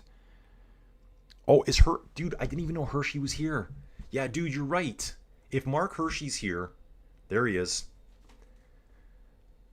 Guys, and this is a rider that, you know, I remember early on in his career, when he was with, like, Sunweb and that, he was, like, the phenom way back when. Like, he won a stage of the Tour de France here in 2020. Flèche Wallonne in 2020. And then for me, just for me anyways, he kind of disappeared. It's because he does all... Because most of it is he does all his racing. He does a lot of good racing at the end of the year. So he was there present at the Tour of Luxembourg. 6th at Coppa Sabatini. 7th at GP Industria. 4th at the Circo Franco-Belge. And take a look at him last year, dudes. Take a look at him last year. San Sebastian Classic first. And again, end of the year races. August. You know, La Vuelta's on at that time. There's a bunch of other races going on at the same time or later on. And that's where he dominated last year. San Sebastian Classic, Czech Tour, you know, didn't do Tour de France, did the Czech Tour instead, got tuned up, raced San Sebastian Classic, wins it, Britannia Classic wins it, GP Industria and Artigianato wins it, Coppa Sabatini wins it, Marco Pantani wins it. Like, this guy is a winner. But he seems to do really, really good at the end of the year. So you kind of got to watch the racing year round to kind of know who does what when. Like, we're not going to see MVDP now, right? He's cyclocross now. He's riding Zwift in LA with a bunch of riders. So I guess he showed up in LA and a bunch of dudes got to go riding with him. Dude, yeah, T. Royven, that's a really good pick. Okay, they removed Helmos from the start. Sorry, dude, no problem. Hershey was 50-1 at the start. Dude, that would have been a good bet too. Wow, beautiful countryside here. I love all the small farms here. I don't know how they make money on these small farms. Like, they're so small. Here, if it's not a big farm, you can't make it. Probably different. It's different crops. Crops are probably worth more over there. Yeah, definitely. Yeah, I think Mark Hershey, he was good early on and then just kind of... Yeah, he just kind of disappeared for a few years to me. Like, it was probably like, yeah, like Team Sunweb, he seemed to be on. Let's go back to 2020. Yeah, looking back in 2020, and okay, that year was all messed up, right? Everything was messed up about that year. But second in Liège-Bastogne-Liège, which was ran late in the year, October 4th, insane. First at Flèche Wallonne, third at the World Championships. Tour de France, he wins a stage here, stage 12. Third on stage 9. Second on stage 2. The Dauphiné, you know, not a ton to show there. Just not a ton early on. It gets better as it goes on. Then in 2021, he was still with DSM. Word 2, he did an interseason change here. Look at this. He left... he left DSM May 1st of 2021 and only started with Team Emirates in September. Yeah, attacks are going now, guys. Attacks are going now. UAE's on the front here right now. UAE on the front. Lorenzo Finn from Red Bull dropped from the peloton. Ghana. Okay, what are they saying here? Yeah, it is Del Toro. There's Del Toro there. There's someone else ahead of Del Toro. Pablo Torres. It's Pablo Torres here on the front for UAE. Del Toro going with them right now. Ghana, third wheel. Ghana in third wheel, guys. Gaps come down almost 30 seconds already on this climb. One group's been caught already. We've got 3 out front. I'm wondering if I can grab a coffee right now, and because I think the race is starting now. Oh, Egan Bardal opens up a small gap. So we're going to catch up all here, guys. I'm going to read this chat, and I'm going to rip upstairs. Renee, Hershey had more freedom at Sunweb to race. He just became a domestic at UE. Yeah, his career was kind of like that. He was the guy, went somewhere else. You're not the guy anymore. I think he's kind of back to being the guy. Like, he's got to be the best performing rider on Tudor right now. I bet you if we went to Tudor's UCI points, you'd probably see that. Actually, I might do that here real quick. I might do that in the background here, dudes. Can I search UCI points by teams and individual riders? Teams. UCI World Ranking teams. Can I further go into that? Yeah, I probably can. Two-door pro cycling. Ranking here. So this is two-door pro cycling as it is right now. Alaphilippe, Trenton's here, Mark Hershey, Storer, Marco Haller, all big names. Here's all the riders. I think you can come over here and rank them. So it's Storer this year at 1,030 points. That makes sense. Alaphilippe is just ahead of Hershey. Okay, so I wasn't too far off. I'd completely forgotten about Storer, though. Things happen in my brain, guys. Things happen in my brain. Can't remember it all. Swoosh kick, ping pong, Van Poppel. Yeah, that's what we'll call him. Lead out Jordy Moose for the win 2 days ago at Binche, dudes. I saw that race too. Yeah, Finn's dropped from the peloton. Yeah, 91 wins for UAE. That's the record, guys. Bernal's at the front too, guys. Bernal is right there. And what do you know, an EF rider? Who do you think that EF rider is? There's 2 EF riders right here at the front, guys. 1 Bahrain victorious, 2 Movistar riders. EF train comes straight through to the front. Trying to figure out who this is around. I think Del Toro jumped on his wheel. Yeah, Nielsen Palace is there. There's 2 EF riders here. And this is not Palace at the front. Del Toro's with him. Looks like Lenny Martinez is coming across right now. Ghana is still there. Okay, who's this other rider? Okay. It's Yardi Christian Vanderlee's at the front for EF. Nielsen Palace sitting about 4 or 5 wheels back. And I could see another EF rider just a further bit back from that. Del Toro sitting second wheel right now. Ghana on third wheel. Riding right beside, I believe that's Lenny Martinez.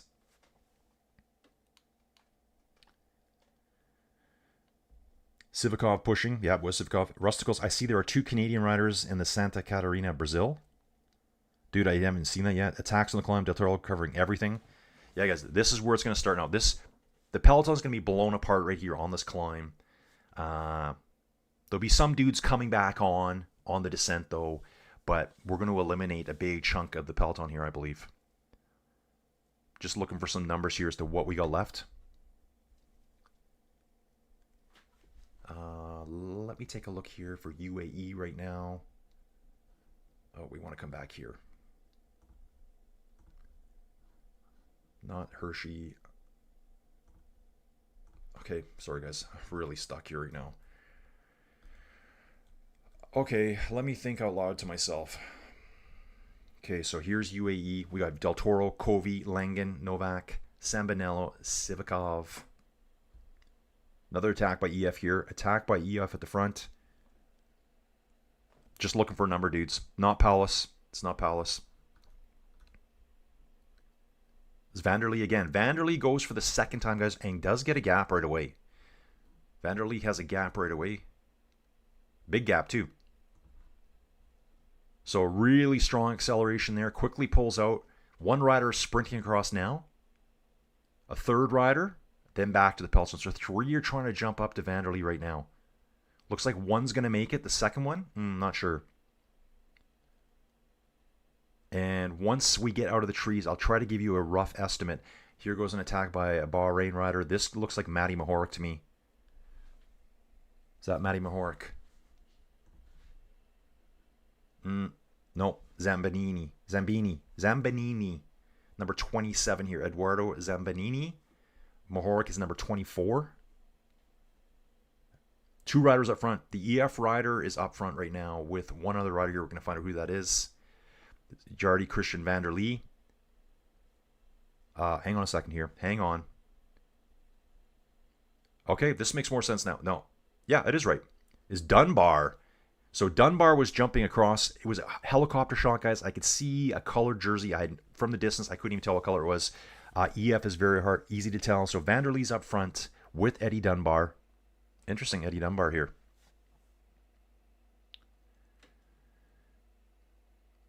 That's right. Okay. Yeah, T. Roy, thanks for bringing up. That's the stat I read this morning. Del Toro has the same number of wins in his first 2 pro seasons as Poggi.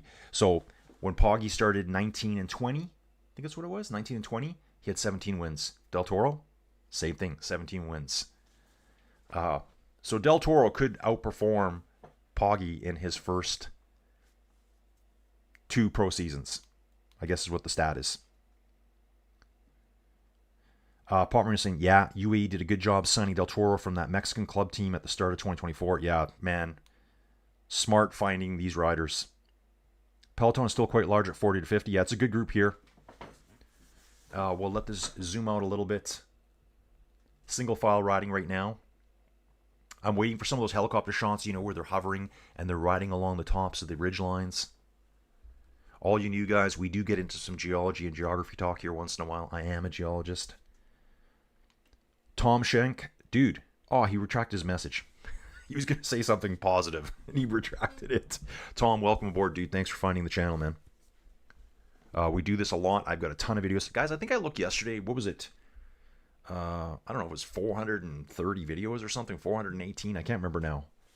Like I said, last night when I was setting up stream, guys, I was like laying on the couch, half falling asleep, waiting for Joey Jojo to get home. So we still have 3 out front. Quinten Hermans, Jan Tratnik, and Adne Holter. They've been away pretty much all day. Being chased right now by Vanderlee and Dunbar, but the other group's coming back right now. Del Toro's coming. Paulos is coming. Ghana. Martinez is right there. Martinez is really good, looking good lately. Looks like it's all back together, guys. We should have 7 riders in this group. Oh, 9. And T. Royven, you mentioned Mark Hershey. Guess who's there? Del Toro on the front. Paulos follows. Ghana goes. This is them all coming back together here, guys. They are together now. We still have our 3 up the road, though. Okay, so Del Toro goes again. Just found your channel. Great commentary. Tom, thanks. Tom, I just kind of meander here, talk about bike racing, lots of side tangents, things I'm working on, what I get up to around home, geology, geography, cool, interesting stuff. It's just kind of a free-flowing convo I like to have, and doing it independent like this, I don't have any big bosses telling me, oh, you can't say that. I can say whatever I want. Okay, Tom, no, just sample before I finish. I subscribe. We'll be back. Dude, Tom, thank you very much, bro. Thank you so much, dude. Everyone, if you're not subscribed, please subscribe. Like the video, and also, if you remember, hype the video after the live stream's done. Okay, out the front again. Vanderlee's going again, guys. Dunbar's caught. Vanderlee goes again. Bauke's going. Bauke Mollema's here, dudes. Einar Rubio.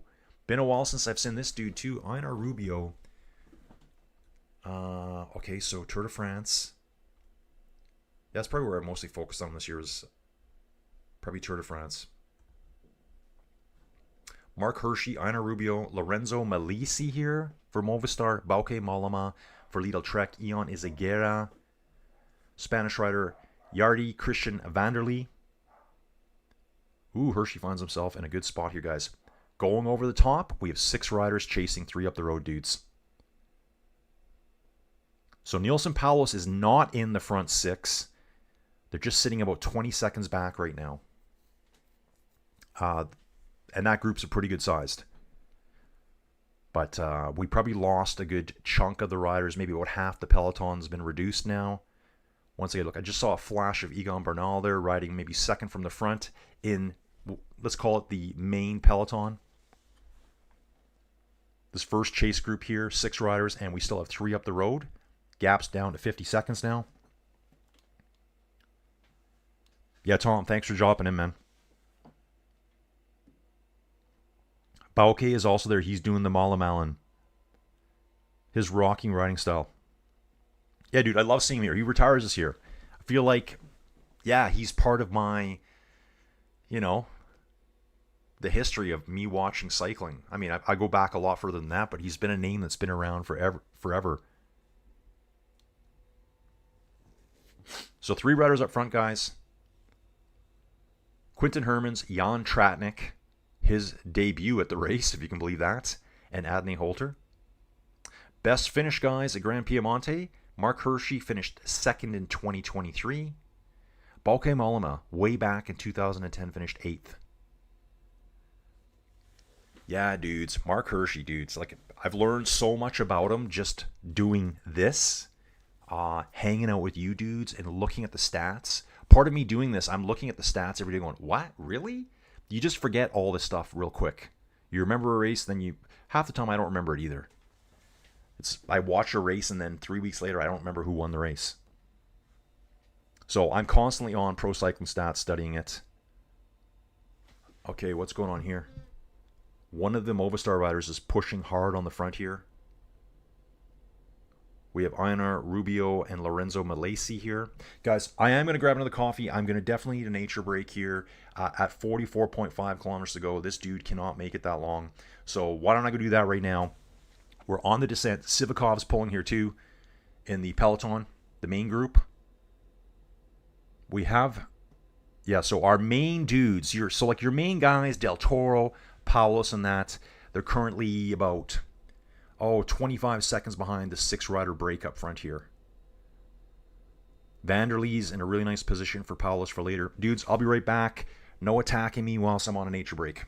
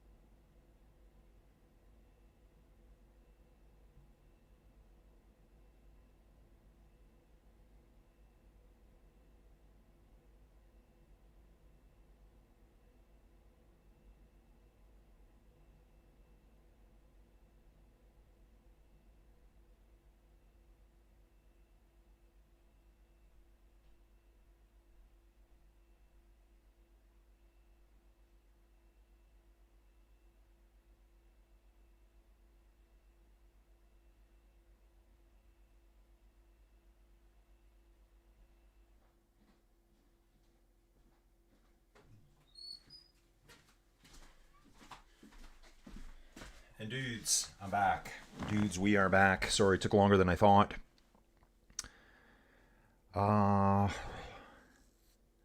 Dave has to get ready to grab a layer and get ready to roll out. Okay, Dave, have a great day.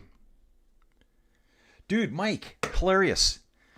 Mike, I was just thinking there when I was upstairs, I'm like, I need one of those, we'll be right back, you know, with the elevator music. Dude, you know, that music that everyone plays. Dudes, Hand Grenade Division's here. Mike has a YouTube channel. Check it out, guys. It's actually the Hand Grenade Division. Tons of good history. Mike's good to see you, dude.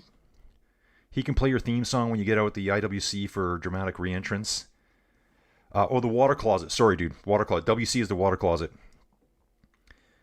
Bauke will do 26 last year for Lidl Trek. I thought Bauke was done at the end of this year. Oh, you're right. He will finish next year. Dude, I thought he was this year. Yeah, dude, thank you. So, Renee, thanks for the correction there. Mike, how's your channel doing? How is your channel doing, Mike? The YouTube life is real. It's a struggle. 3 riders up front, guys. 40 seconds back to a chase group of 6, including Bauke, Malama, Eon, Izagera. Probably the big name there right now is Mark Hershey in this front group. Mark Hershey in the front group, dudes. And whoever said don't forget about Hershey, you are 100% correct. This guy won the race 2 years ago. Is an absolute beast in the late season races. Yes, I know we have Isaac Del Toro here, but I'm saying there's a chance. I'm not going to throw Paulus out either. Those guys are just lurking a little bit further back. It's 39 seconds from the trio up front to our 6 chasers, and a further 14 seconds back to the peloton. Peloton here probably consists of maybe 40 riders tops. UAE driving the front. Looks like at least 5 riders for UAE driving the front here, controlling it now. Getting Del Toro set up for potentially his 18th win in his first 2 years, which he will outperform Poggy if he can do that. Mike saying he hasn't done anything on his channel for 6 months. Dude, Mike, why not? Dave, good question here. What are all the euphemisms for euphemisms for washroom around the world? Toilet, can. I say can a lot. I'm going to hit the can. Mike says WC for water closet, I guess. But yeah, Mike, it's hilarious. I was upstairs making this coffee, and I'm going, man, I need a holding channel, a holding page, because anyone comes in there and be like, what's going on? Although, at least the race would be here. The can. Yeah, I always say the can.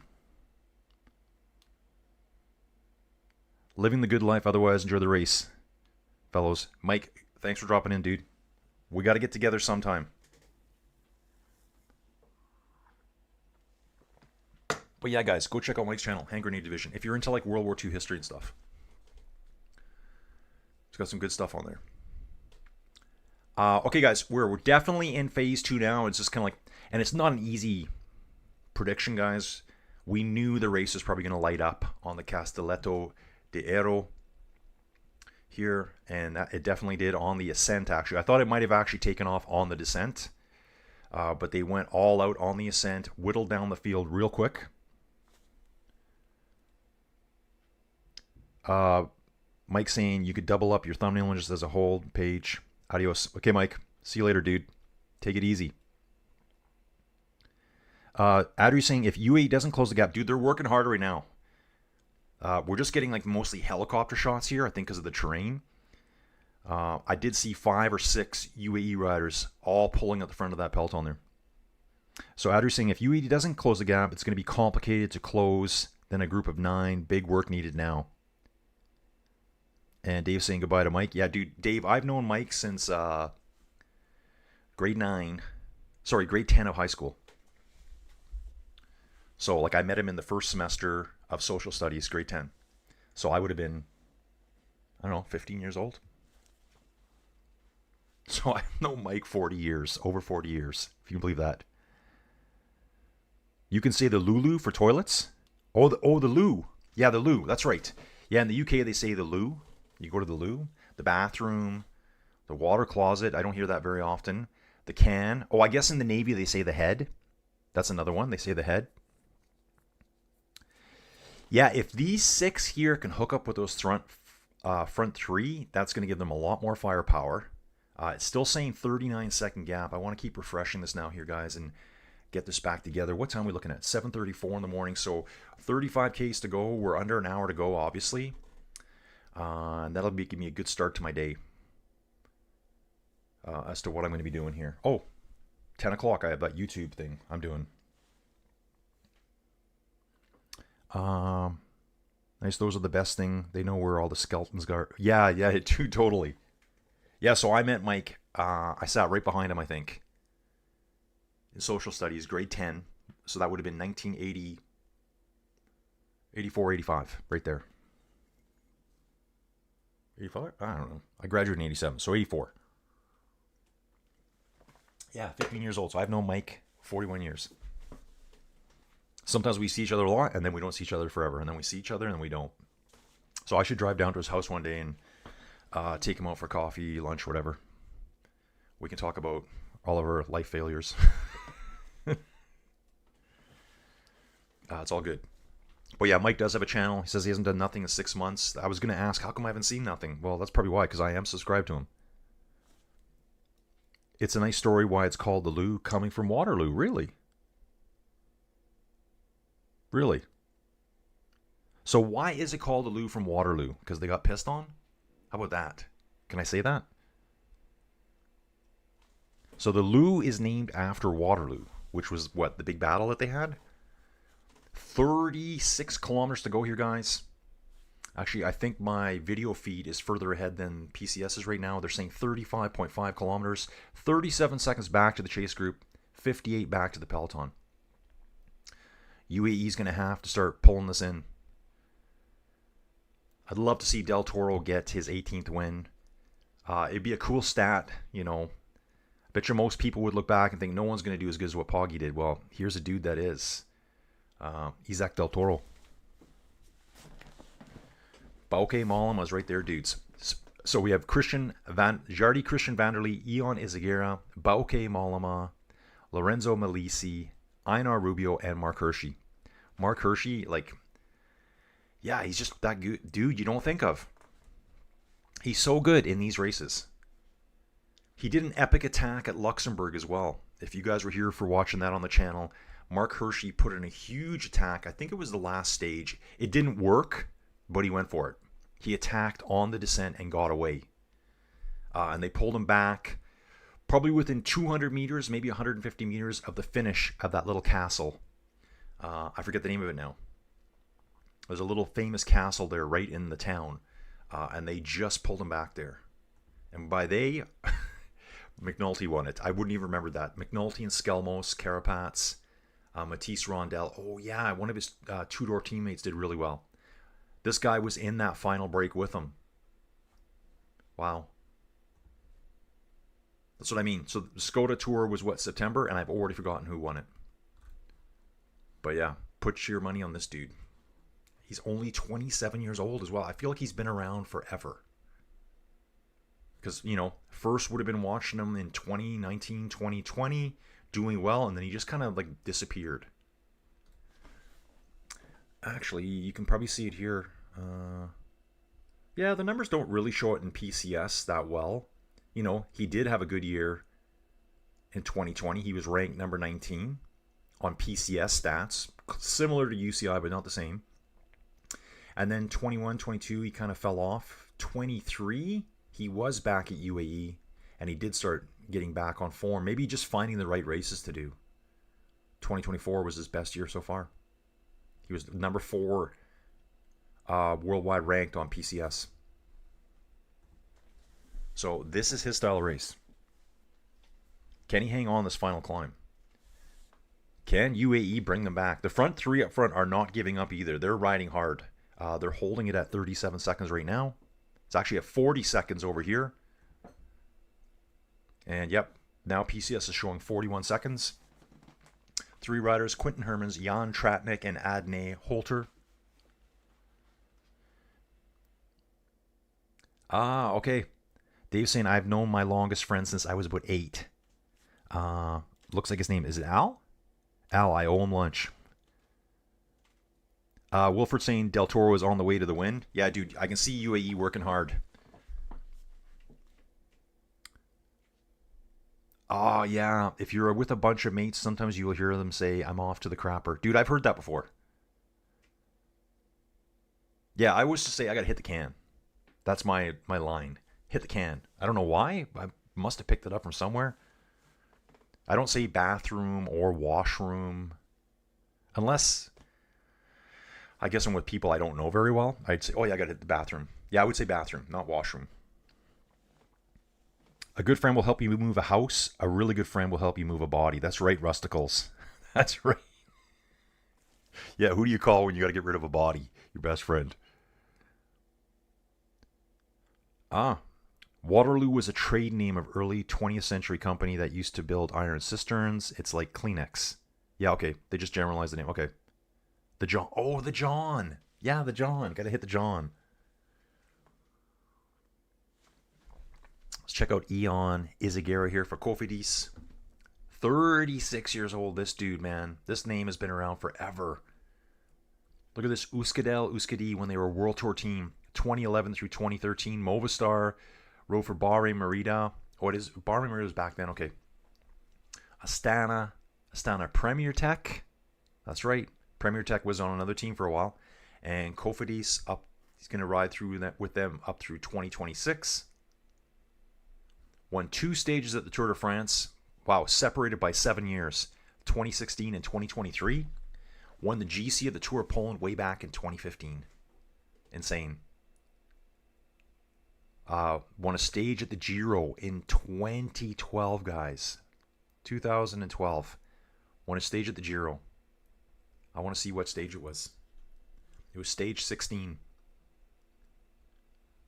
Climbing stage 2. And he went on a 3. What's actually showing me all here what he did. He went solo for the final 3.7 kilometers and beat Alessandro De Marchi, who I believe is at this race. I'm pretty sure he's in the race today. He retires at the end of this year. He's 39 for Jaco Alula. Is he at this race? Jaco Alula. Yeah, Alessandro De Marchi is here, guys. 39 years old. Wow. Impressive career for this dude, too. Like, some of these names, like, this guy won Trevally Veracine. That was just on this week on Tuesday. He won it in 2021. Stage at the Criterium de Dauphiné. 3 stages at the Vuelta a España. The Giro dell'Emilia back in 2018. And retires end of this year. He's riding Il Lombardia on Saturday. And there's not much after that, so final days could be coming up. Must be weird for these dudes when they're done. Patricia, I should say. This is Matt.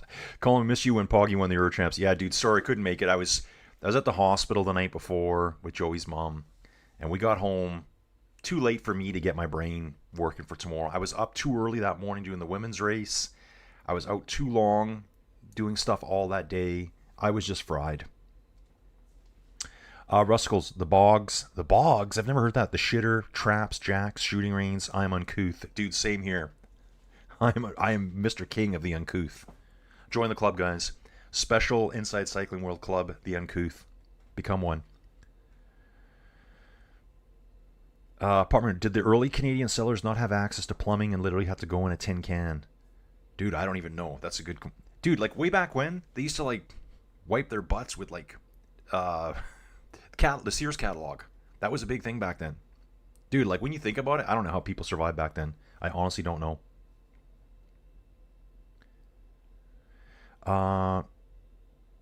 My mom's go-to was the chimney. Really?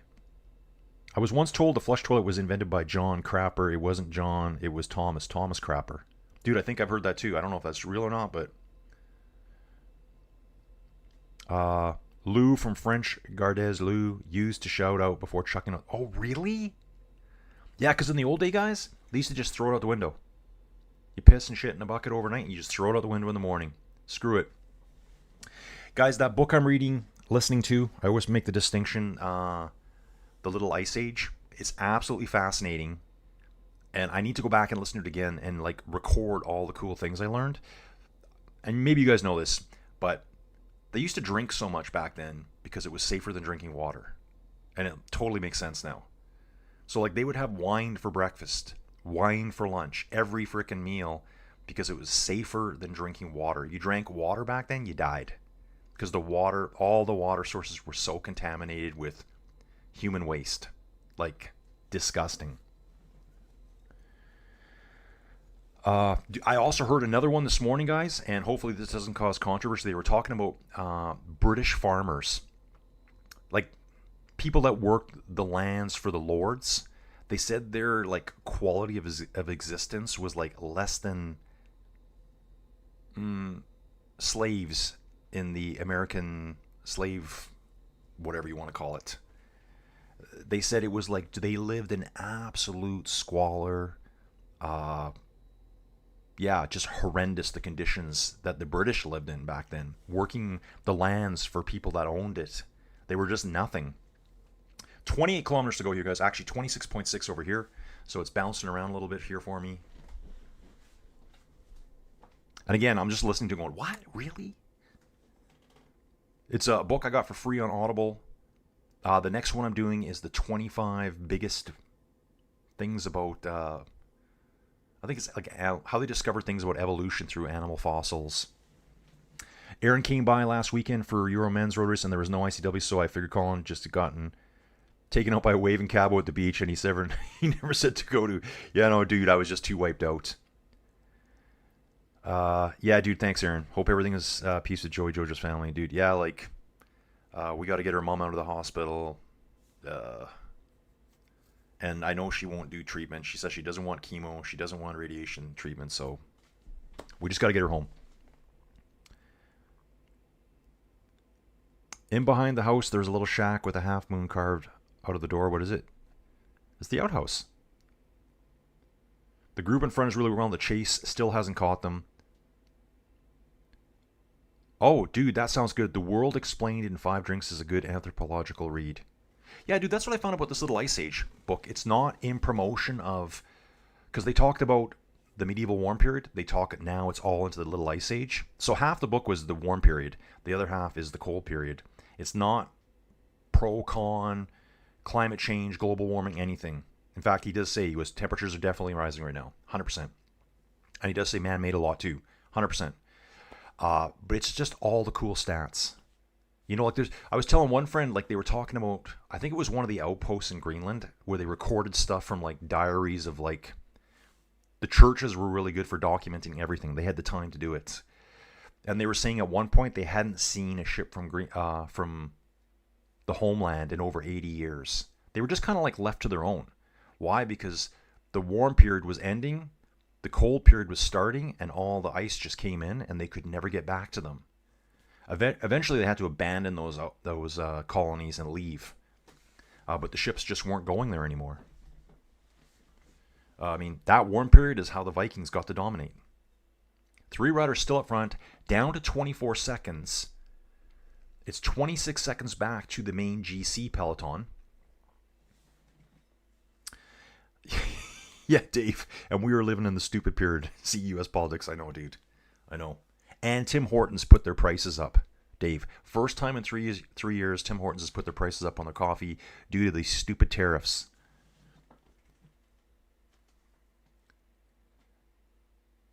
Yeah, Colin. Yeah, from Aaron, you're calling. The low-key skip Euro because you know the result, as we all did before it happened.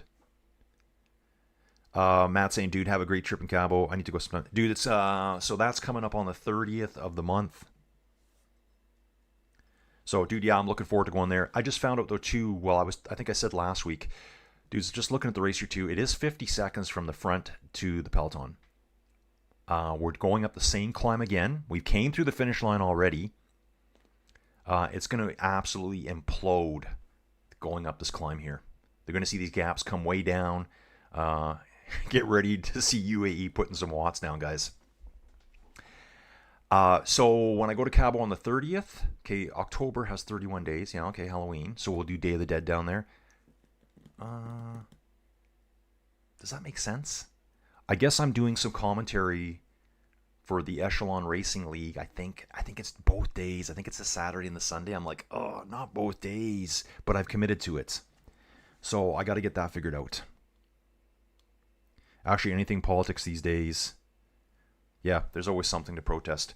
So yeah, for my Echelon stuff, that's going to be on Training Peaks, Real Racers, Riding Inside, virtually, and Training Peaks is known as the most realistic simulator.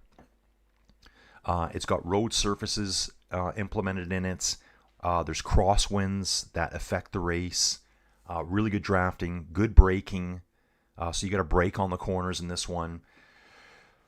I'll be doing that with a dude that's in the UK. So it's going to be like a multi-camera setup, and which I love, and also makes me a bit nervous because I like doing it myself. But I've done this before, so it's not a big deal. I just react to what he's showing me. Aaron saying congrats to the Blue Jays fans on getting to the ALCS. Has to be extra special on beating the Yankees. And then, yeah, dude. Yeah, I heard that they were getting booed, though. They were booing the Canadian anthem, I think. I just saw that quickly this morning. I don't really watch a lot of baseball. I like going to baseball games, though. Just saw a dude emptying his bottle. He's like, no more bottles. Seems kind of early for that. Maybe just trying to get some road scum off his bottle here. Now, looking at this helicopter shot, here's our main peloton. Yeah, 40 riders tops. No more than that. That's my guess. Seeing the detail profile here, guys, at 2 kilometers out. Yeah, okay, that makes sense. Okay, that's the front group. That's our chasing group right there. I'm watching the chasing group here. Looks like a lot of Astana at the front here, guys. A lot of Astana riders at the front. And our trio is still pushing hard. They've got a 20-second gap on the Hershey chasing group, which is called the Hershey group because he's kind of the name I'm liking the best there. 23 seconds further back, we have the peloton, and they're saying there's 40 riders in it. It's popping up here now on PCS. And again, here you can see over on the side, XDS Astana is doing most of the pulling.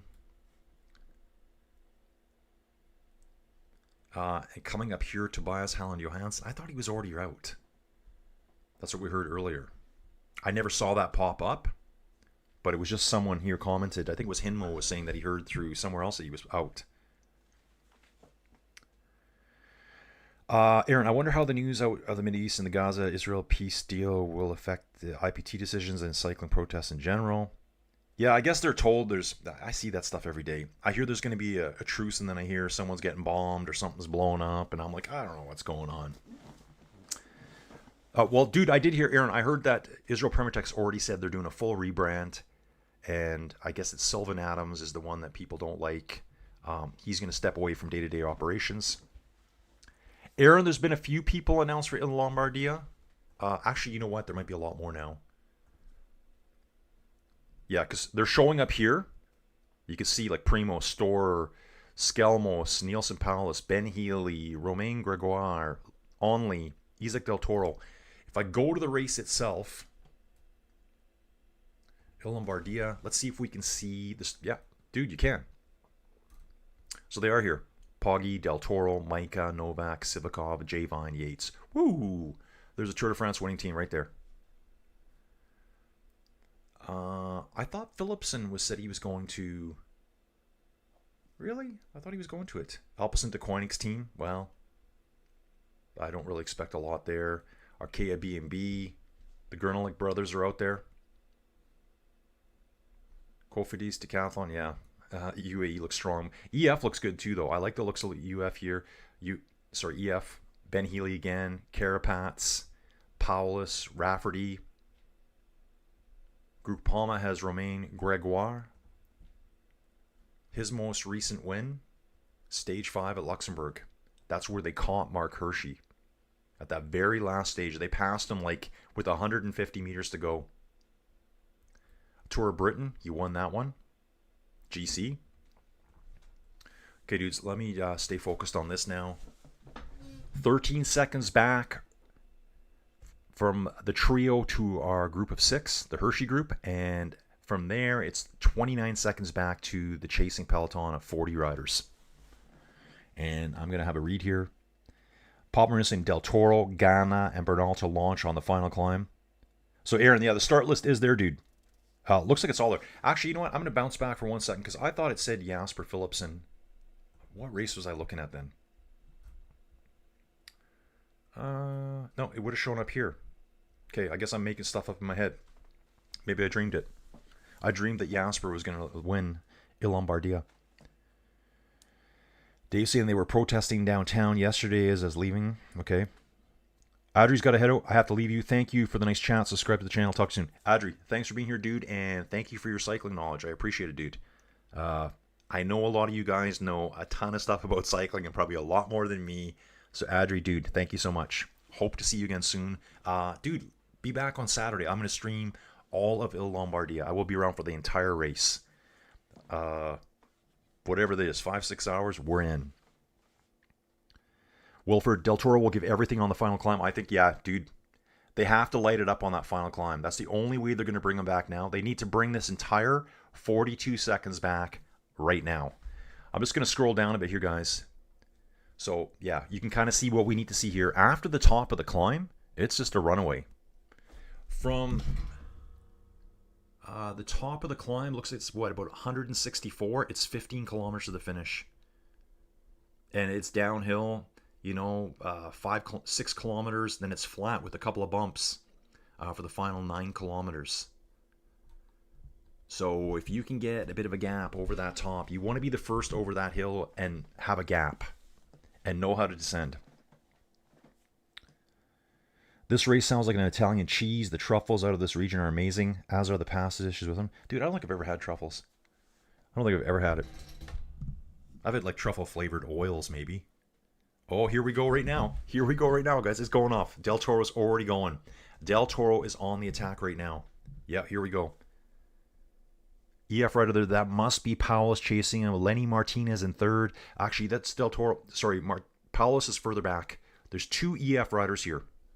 Trying to figure out who they both are. I think Paulus was the second rider. You can tell by his riding style. So Del Toro's gone solo here. Quite early into the climb. He knows he needs to be reacting now. Going back to the front group, I only see 2 riders left. We've lost 1 rider out of the front group. Mark Hershey, guys. Okay, guys, it's all came back together here, and Hershey's gone. I'm looking at Quinton Hermans here and a Red Bull rider. Okay, it's all going to be changing fast now. It's changing fast now, guys. Those guys have been caught right away. Del Toro is on them already.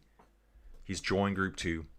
Hershey's gone off the front as he knows Del Toro's coming. He probably got it blasted in his radio. You need to go now. Okay, more riders are being shown now. Got Hershey up front, 3 seconds to Mollema and Rubio Einar. Here's Del Toro. He's catching the Uno X rider from earlier. That was Adne Holter. I think that's what his name was. Okay, Quinton Herman's been caught. Hershey's attacking here. Okay, so I'm catching up with this now. Gonna do that there. So the beauties of the radios, they can... Oh, that's not what I want to do. We want to go live Colin.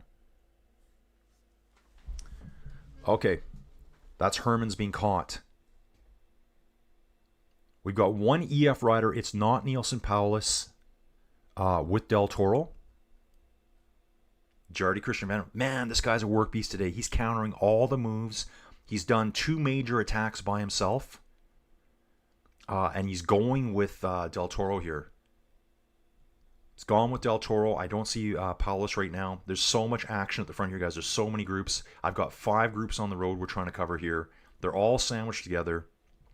From the very front to the peloton right now, it's 39 seconds. So there's a lot of big names that are still 39 seconds back. Guys are being shed out the back right now as we speak. Scaroni just got dropped within the last minute. Yeah, Del Toro is so impressive. Aaron, that's right. Okay, so Jasper is probably going to Perry Tours. Dude, I saw his name this morning. I just couldn't remember where it was. Yeah, him and DeLee as favorites. I agree. Del Toro lit up the afterburners from Renee. Yeah, Del Toro's incredible. Del Toro, I think he's with Bauke Mollema now. Yeah, he is. Del Toro is with Bauke Mollema. 1 guy up the road, only 2 seconds ahead is Mark Hershey. The bull or the Quebec treat on a stick will be the domestique who will be the leader. Hope I'm not too cryptic. Dude, I have no idea. The bull, okay, Del Toro, or the Quebec treat on a stick. Quebec treat on a stick. What is Quebec treat on a stick, dude? You've lost me. Oh, dude, we're getting those great camera shots. The helicopter's hovering, and doing the rotation around as they're riding along the ridgelines, and you see all the stuff in the background. Yeah, it's so awesome to see this kind of racing. Yep, seated attack too, dude. I love seated attacks. That's how you can tell a dude is strong. And then mentally, it crushes your opponents. Hershey maybe has a few seconds here on Del Toro and Malama. Motorbike chasing them, and there's a fourth rider on the road. That still might be Quentin Hermans. Nope. Showing us Einar Rubio here, the Movistar rider who was in that first group of 6 riders that have been chasing all day. What is the gradient here? Okay, so it kind of stair steps after this point here. We're going to drop down, climb again, levels out, more steep. Any of these parts here where it steepens back up are attack points. So they're going to get a little bit of a reprieve for a few seconds. Climb again, level off, climb again, level off, climb again, level off. One final kick and over the top. 3 riders in our front group. Bauke Mollema, the old dude, Mark Hershey, and Isaac Del Toro. Kind of like almost 3 generations of cycling here, I think. Bauke, he'll be around for 1 more year. Hershey's not old, but he's 27, and then we got Del Toro at 21 years old. So in cycling terms, this is probably like 3 generations of cycling right here.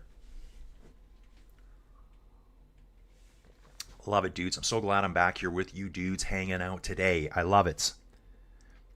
I got to admit, this morning I was kind of, oh, here we go. Del Toro, Mollema go.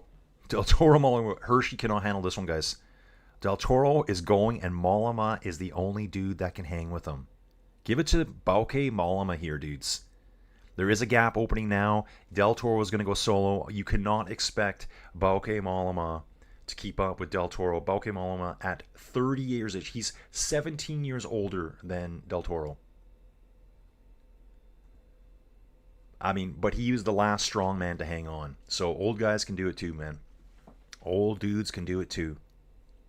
Del Toro riding solo here will now probably beat the boss of the team's first 2 years record of 17 wins in his first 2 years. Del Toro will be going for number 18 today, guys. Gadoosh.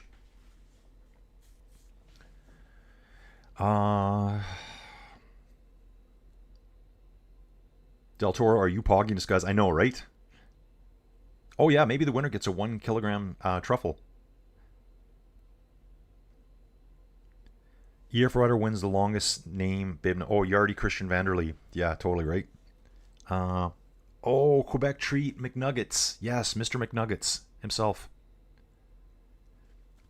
Oh, yeah, Paul Bernardo doesn't get his at the pen. The guards and the other prisoners make sure. Yeah, dudes, if you want to look up someone who's scary, Paul Bernardo. Hershey blows. Mollema blows. Rhonda says, I hear you, Colin. I was working and taking a course in the same topic. In the instruction, I questioned how that would apply to my job. The instructor said, you never would do it in the real world. Yeah. Rhonda, you talking about my course, the one test that I failed yesterday? And I get it. Dudes, like, I went to university, half the stuff I learned. Like, so when I did all my geology, maybe 5% of it, maybe more than that. Maybe a quarter of it applied to my real world job. What really helped us out here in Calgary, where I live, is that our summer jobs were all in working at oil companies. There's so many oil companies. They were always looking for summer students to help out around the office, help do some mapping. It was all office work. So that's where we had a big advantage over, say, kids from other parts of Canada taking geology. They didn't get those summer jobs that we did, because they weren't going to the right school. We went to the best school for oil and gas. Probably in Canada, you go to the University of Calgary or U of A. Battered hot dog on a stick from Quebec called the Poggy. Oh, the Poggy, yeah. T. Robinson, that's it. Congrats to Del Toro. So why was I learning it? This is Rhonda. Being tested on info you won't need sucks. Carla, much scared. Dave, I agree. I think Carla was a scare, and she's out, I think. Yeah, Paul Bernardo, guys, and Carla Homolka. They were like a nightmare couple. It was probably like one of the worst cases in Canada, outside of maybe, oh dude, the farmer out on Vancouver Island or Vancouver, the guy that fed bodies to his pigs. Okay, dude. So here we're at right now, 21 seconds between Del Toro and Hershey and Mollema. Wow, I'm cheering for Mollema to get second. Like at 38 years old. Still one more year to go. Here we go. Reaction by EF here now. There's 2 EF riders going up the road. There is a reaction coming now to the peloton. 14 kilometers to go. The peloton, where we're seeing this reaction, is almost 1 minute behind Del Toro. So Del Toro has to hold this now for 14 kilometers. Time trial mode. Let's go. Failing means you have the chance to be resilient. Absolutely, dude. The comeback is better than the setback. The comeback is better than the setback. Yeah, and so that was the attack by Nielsen here. There's a group going off the front right now. I think 4 riders went, and then the 2 EF riders reacted to it. That's from the main peloton. Del Toro's by himself. Wow, look at the gap. 30 seconds opened up that quick to the 2 riders chasing, Mollema and Hershey. Peloton's staying at the same gap, so they're not losing any time there. So right around a minute the whole time. Del Toro's got to do this ride by himself here now. Matt saying, I'm surprised how young the dudes are, like Del Toro and Ceja. I know, like, look at Ceja. He's just turned 19 and gets 3rd at the European Championships at 19. Just 19. That's why I said, like, Poggi wins, great. Remco gets 2nd, great. Biggest winner that day was Paul Ceja to me. Like, you would expect Poggi and Remco to be there. If they're not, then they had a terrible day. Ceja getting 3rd, that's the big win of the day to me. Aaron, to quote Apollo 13, you never know what. You guys can't read right now. You never know what can bring you home. Is that what you're saying? You never know what? Del Toro to podium is the best bet, as Poggi is not letting him have this one. Dude, are you talking about Il Lombardia or Del Toro away by himself, guys? 33 seconds now to Mollema. Yeah, so Del Toro and Poggi will be at Il Lombardia. If Isaac wins today, he has 18 wins over the last 2 seasons. Oh, here's a good stat here, guys. Season victory ranking, including level 2 races. Poggi has 19. Tim Riley 15. Magnier has 14. I swear he's got 8 in the last 3 weeks. Matthew Brennan 14. Del Toro 14. So Poggi definitely is doing better than Del Toro this year. But when I keep saying the 18, it's Del Toro's first 2 years compared to Poggi's first 2 years. Poggi had 17 in his first 2 years. Del Toro is tied right now on 17. Probably going to get 18 right here. He's on the descent now. Nice corners here. Doesn't look too crazy, these corners. Narrow roads, though. So got to be careful on these roads. Pavement a bit busted up in places, too. Right on the apex of the corners will be a big patch in the middle of the road, so they got to be careful about those spots there. Dave's saying at 19, I had never even seen a real race bike yet. Yeah. Yes. Okay, this is Aaron. Okay, I got you, Aaron. Il Lombardia to follow up on Papa's notes. Yeah, Poggi's going to win that. He wants his 5th win to tie Kopi, however you want to say it.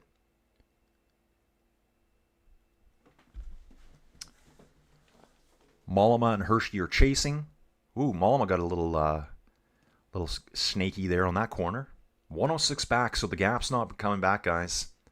Del Toro is giving her again, dudes. Insane his racing this year. Let's take a look at Del Toro again. I mean, just his results here. Like, youth classification at the Giro. Let's go right back to the beginning of the year. Just like, I'm going to look for the highlights. First at Milano, Torino. That's a very old race too. It had 105 editions of the Milano Torino. Isaac Del Toro won that earlier this year ahead of Ben Tullett and Tobias Halland Johansson, who is at this race. Adam Yates, Einar Ubro, who was in that group of 6 earlier. Oh, the twin brother was there as well for Uno X. The Basque Country race, 4th on one stage, 2nd on another stage. Giro d'Italia, 1st place on stage 17. 2 second places on stages, a 3rd place on a stage. Yeah, and then it just got crazy after. He didn't race Tour de France. Did win the Tour of Austria, too. Look at this. I remember watching this race, too. 3 stages at the Tour of Austria. Then it got crazy after that. San Sebastian Classic, 5th place. Circuit de Getxo is how you say it. 1st place. Vuelta a Burgos, 1st place. GP Industria, Della Toscana wins that. Wins Coppa Sabatini. Wins Trofeo Matteotti. Wins Giro dell'Emilia. Like, yeah, talk about someone being on fire. It's this dude. Kind of like what he's doing right now is what Hershey did last year, but even better.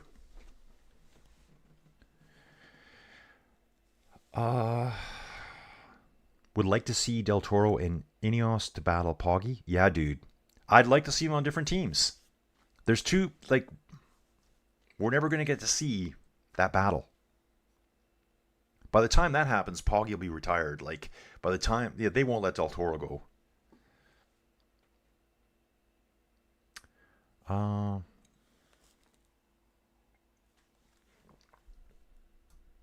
Okay, let me get caught up, guys. Number of victories for Isaac Del Toro, race level. Yeah, 10 at level 1. So, guys, that just means a race will be either a WT, a pro, or a .1. This is a pro race. And all that means is the makeup of the race. So a WT race, a UWT race will always have all 18 World Tour teams. And then whatever race it is will have a couple, maybe 2, 3 Pro Series teams. As you step down the levels, less World Tour teams allowed, more Pro teams show up, and sometimes even Conti. Conti would be like at .1 races. You're going to see Conti teams showing up. Like a .1 race would be primarily Pro teams, maybe 4, 5, 6 World Tour teams. There's actually a formula they have to determine how many can be as a percentage of each race. 8.8 Ks to go. Del Toro up front, 31 seconds back to Mollema. And Mark Hershey still 106 back. They haven't brought back anything on Del Toro. So this is Del Toro's race to lose right now, guys. I'm predicting Poggi will give Del Toro the win in Lombardia. Del Toro will go in the front to make the race hard, drop everyone with only Poggi in his wheels. They will arrive together at the finish. Dude, yeah, but T. Royven, Poggi can tie the record for 5 Lombardia wins. So I think he wants to win it. And don't forget, he should have won the Giro 2. Yeah, dude, exactly. He should have won the Giro 2. Like, the worst coaching ever from UAE in that race is just let the guy go by himself. I don't know what was going on there. Yeah, he should have won the Giro, 100%. Aaron saying, having cycling be a team sport in what could easily be mano-a-mano cycling versus robbing us of some entertaining races. Poggi versus Del Toro would be fire. Yeah, dude, exactly. Wilfred, we're still racing, dude. We have 8 kilometers to go. You just got back at the right time. Aaron, should have won the Giro is a stretch. Oh, as it was UAE Tactics and his... Oh, it was second to last stage too. Yeah, Simon just dawdled up the road in Isaac and Carabas. Okay, watching a replay here, someone got sketchy on this corner.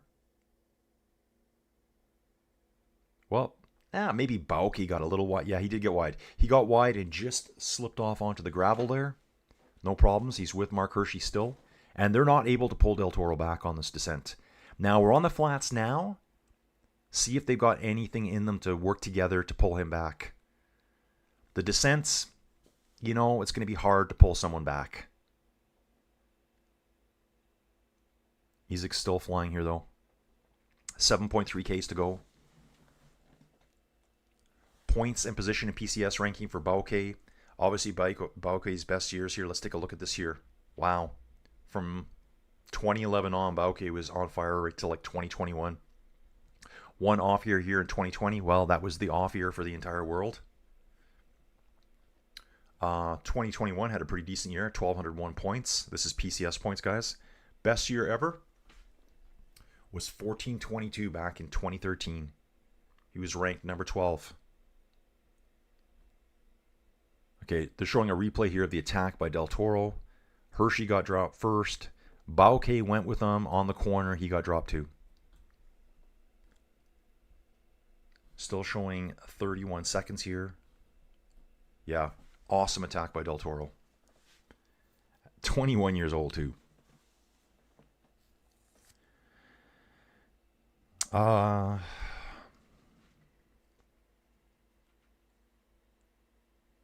Yeah, Papa's saying here, but even in the whirls, Poggy waited for Del Toro to catch him up on the cobble climb to give him a bit of a tow as long as he could.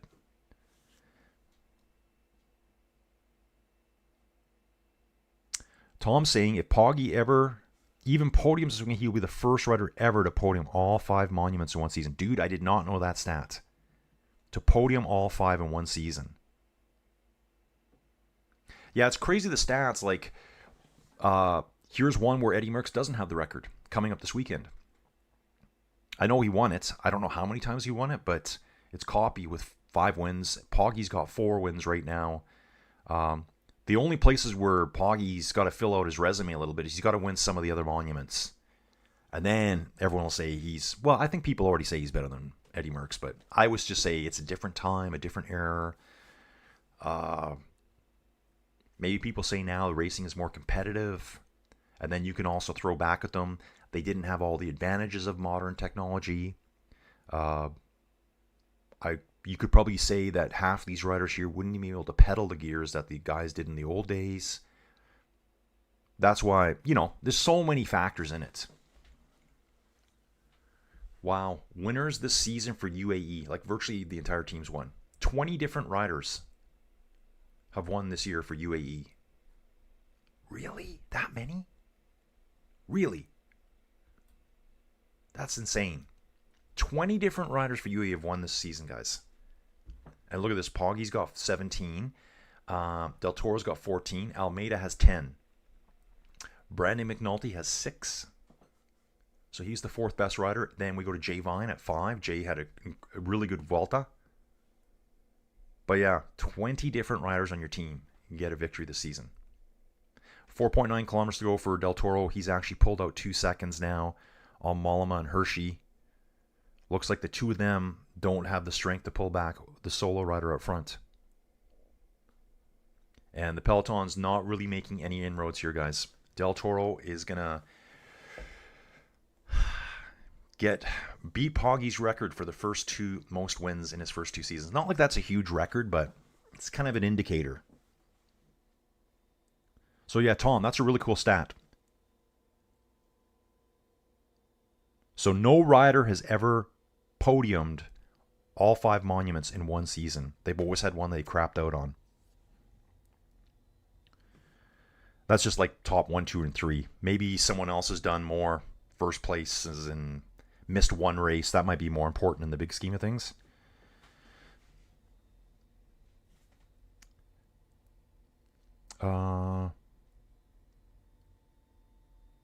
Yeah, Aaron and Poppy are talking about Poggy and Del Toro here. Yeah, different teams, representing different countries, and they were working together here. That was at the World Championships, guys, before Poggy went solo. Hermes Robles Berumen. Vamos, Isaac. Hermes, where are you from, bro? How'd you find the channel? Thanks for dropping in, dude, and commenting. We love Isaac Del Toro here. He's going for his 18th win in 2 seasons. This will be his 15th win this season. Yeah, 15th win this season. Which is, getting close to Poggy. So Poggy's on 17 wins right now. Isaac's on 14. This would put Del Toro to 15. And Poggy is like your hands-down favorite to win in Lombardia this weekend. It will be contested. There will be dudes there trying to take Poggy down.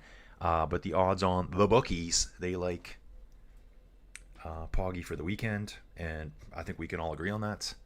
Last victory for Del Toro was just 5 days ago at Giro dell'Emilia. Aaron, have 20 different riders won in the entire history of Movistar as a comparison to team? No, dude, probably not. Probably not. UAE is so powerful. Like, look at that team. Like Juan Sebastian Milano. Like, that's one name because he's the sprinter for UAE. So his last win this year, points classification there. So he won back in March. Okay, this race here. That's a World Tour race. March 26th, won that race. Who did he beat? Jonathan Milan. Boom. Mads Mikkels, Phil Bauhaus, Groenewegen was there, Sam Welsford. Two-door car coming up beside Hershey here, giving him a little encouragement, I think. They're never going to pull him back now. He's gone. 1.8 Ks to go, guys. I guess Hershey's fighting for second place here. Oh, cool. They have some of those cool, what is this? Oh, this must be remnants of an aqueduct. Just the pillars are left here now. Yeah, leave that stuff. Don't knock it down. Eddie Merckx has 278 total wins, so that is hard to beat. Yeah, totally, dude. Poggi had 24 wins in 1 year. 2024. Yeah, there's no doubt they're both greats. Different times. Like, I could these new dudes handle the conditions of the old days? Okay, guys, here you go. It's snowing. Have fun. Back then, they didn't stop races for bad weather. It was like, yeah, just go. If you can't handle it, you don't deserve to win. So that's the difference. Back then, they had like, I don't know, what were they riding when Eddie Merckx raced? Like 5 and 6 speed cassettes? They would have had like a 53 in the front and a 42 in small chain ring. Their smallest gear in the back was probably like a 21 or a 23. Like, these guys would just be like, I can't even pedal this gear. They would be so not used to riding that kind of gearing. Poggi has 9 monuments and Merckx has 19. So if the goal is to beat Merckx, Poggi isn't going to win any gift. Isn't going to gift any wins. Yeah, dude, exactly.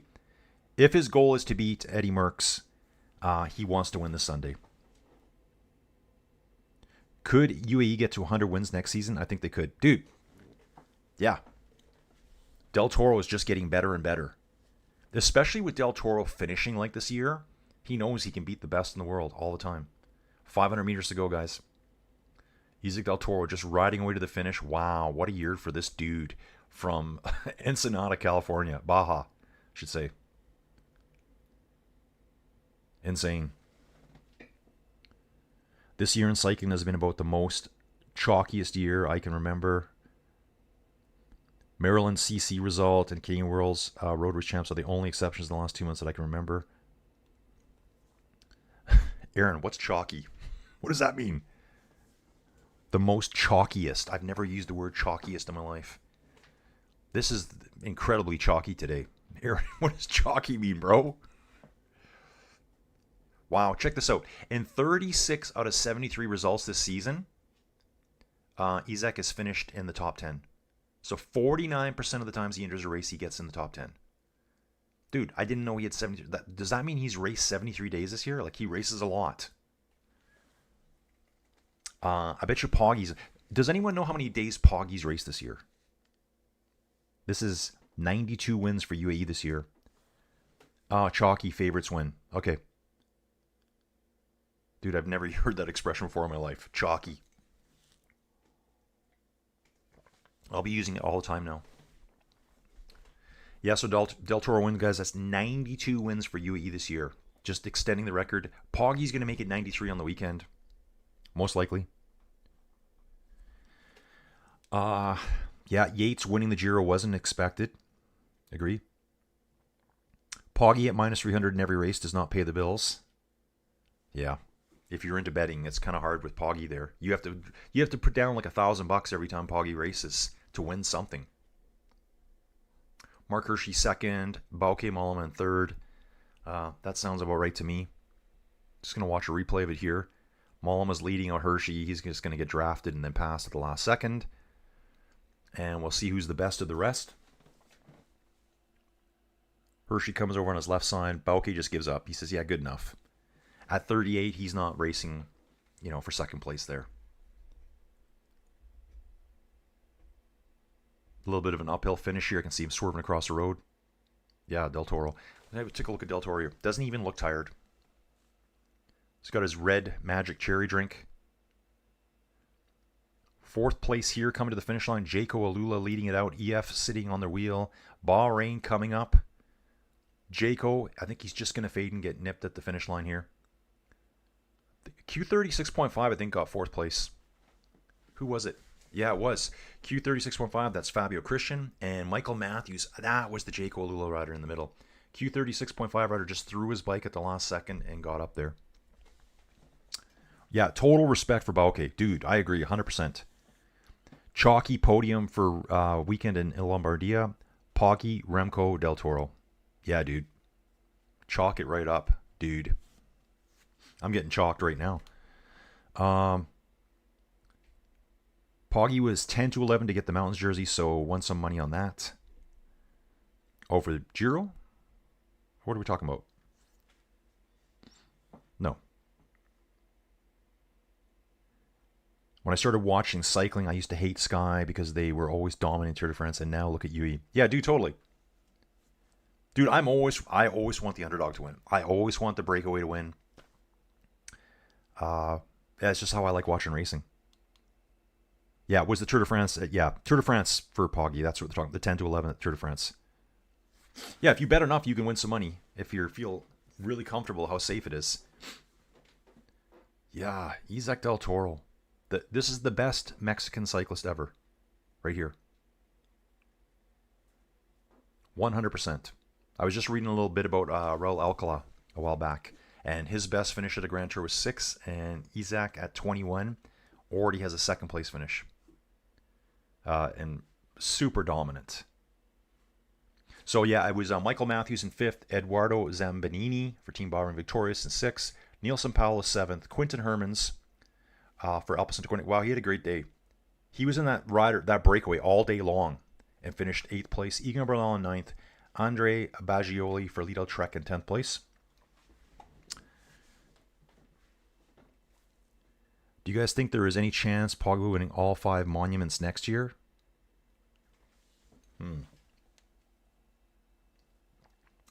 He's got to win Milan-San Remo. That's one. He's never won Milan-San Remo. And the sad, I think that's the one, well, not sad. That's the one where Eddie Merckx, I think Eddie Merckx won Milan-San Remo 7 times. 7 times. In Lombardia, he didn't win that many times. So, whenever I look at Isaac Del Toro doing his interview here now, I want to hear for a second. Speaks really good English, too. I know that they, I met a dude during, I can't remember which racer it was. He was in this channel, and they said Isaac Del Toro was kind of discovered out of coaches in San Diego. This close together where Ensenada and San Diego is. They were already scouting and seeing and finding him back then in his junior races. There's always a chance. So you're saying there's a chance. Season victory ranking including level 2 races. Del Toro at 15. Poggi at 19. Yeah, that gives them 92. Wow. That's insane. So Lidl Trek is the 2nd place team for wins this season. Soudal Quickstep tied with them. They only have half the wins that UAE does. Like, talk about a dominant team. Like, that's insane. Money, money, money, money. Money. It will be hard for him to win San Remo unless he attacks at 100 kilometers. Yeah, dude, Aaron, I like this. Mexico should use Del Toro's success and get a 3 to 7 day race going for next year. Yeah, dude. Yeah, like they've got the perfect terrain there. They've got great weather for it. Dave's eastbound and down, loaded up and trucking. 10-4, Dave. From Aaron. Paul Marino saying, post-race interview, Del Toro says he knew the final climb and was confident he could catch the leaders from the bottom of the climb. Such confidence from the young rider. Renee saying, have a nice day, Colin. Renee, dude, thank you for being here. Thanks for always hanging out with us. Dudes, had a lot of fun today.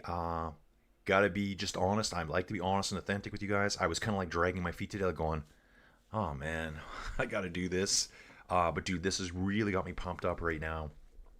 That's why everything I do in life, I kind of like, I don't like to take days off. Like regarding the bike, every time I take a day off, I want to ride it less and less. So I'm really that kind of person. I need to do it every day. Even if you just do it, like if I ride my bike today, like just super light and easy, who cares? I did it. I still won. My friends who were sitting around at home doing nothing, they lost. That's how I do things.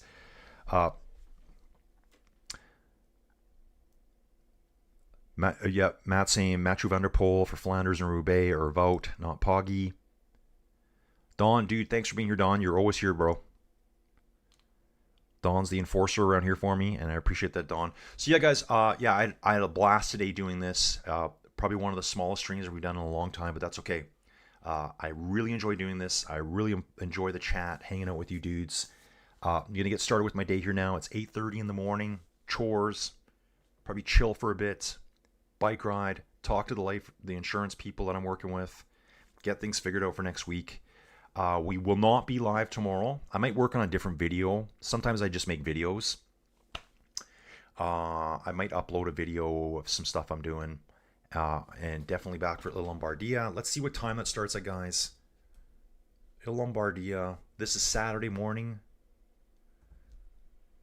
Live stats for that.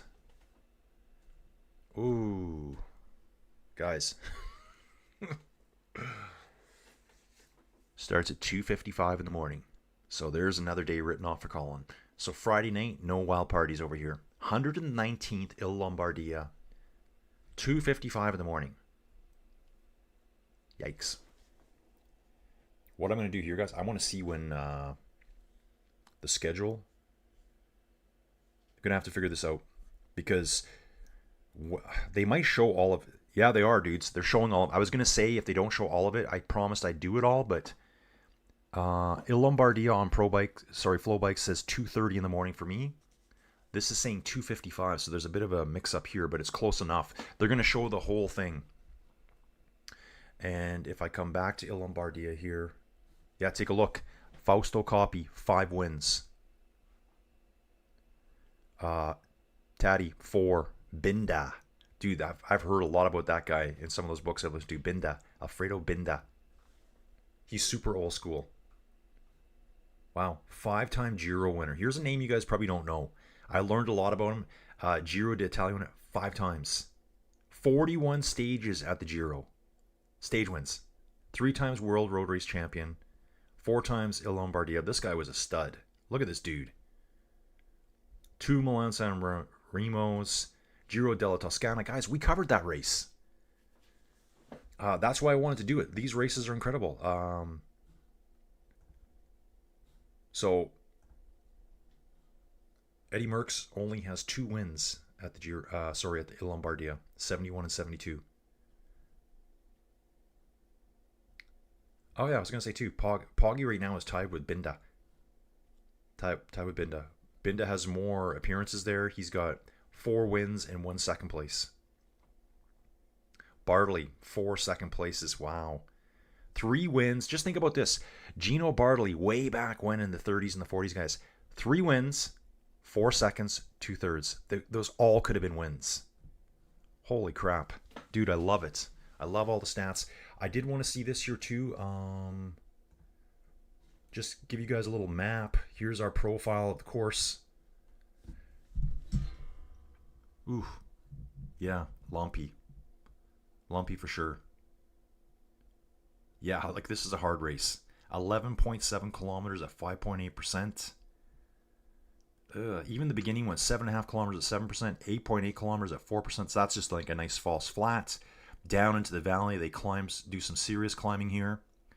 A second little kick up Burbino. Dudes, I've ridden Burbino. I have ridden Burbino on Ruvi. It's going to be fantastic. Dudes, let me just finish up the chat and I'm going to jump. Thanks for everyone being here. Pop Marina saying it's 238 kilometers, dude. You could miss the first few hours. Dude, I'm just looking at it here. Yeah, like looking at this here. Because, dude, I might be at the hospital tomorrow. or I may be helping Granny get home. I don't know. I think if I would probably want to be on by before this climb up Roncolo here. So I would probably want to be live by about kilometer 80. So yeah, dudes, maybe I'll miss the first 2 hours. That gives me like a, let's just say 5 o'clock in the morning start. Binda has the inner tubes around his neck. No team cars or neutral service back in that day. Yeah, dude, exactly. So that's what I'm saying. Like, and that stuff's really old. But like what Merckx did to what Poggy and the new guys do now, light years difference, but the same roads, right? That's what I would say. So they're going up the same climbs, the same Alpe d'Huez, the same Galibier, on bikes that were probably double the weight. Were they double the weight? Yeah, maybe. I don't know. They were probably over 20 pounds in Merckx's era, with crappy tires, crappy equipment, crappy everything, crappy gearing, crappy nutrition, jamming sandwiches and croissants into their face instead of having liquid gels. I'd love to see some of these new guys try to ride, because you can't bring the old guys to the present, but you could take the old guys back and say, you're going to ride the same gear and see what you think. And you have to fuel the same way too. I think that'd be really cool. Poggy should make some videos. I'm going to go back and ride Milan San Remo 1971 style. So yeah, dudes, let's just drop it there. Appreciate everyone being here, and I'm glad to be back. Hope you guys like this today, and lots more coming, dudes. Some of the videos are going to change a little bit because I'll be doing probably a lot more of my inside riding stuff. I've already had Bike Terra. Matt from Bike Terra reached out to me, said there's a really good race. Just a heads up for me, which I tell people to do. I'm like, I can't do it, I'm studying. So that was just on Monday. The Muckers want me to do some racing. I'm doing some Echelon racing. I want to do some Zwift racing. That's what's going to keep me going here until we start World Tour stuff back up in January. So dudes, thanks for being here. We'll catch you soon. Thanks for watching. Please support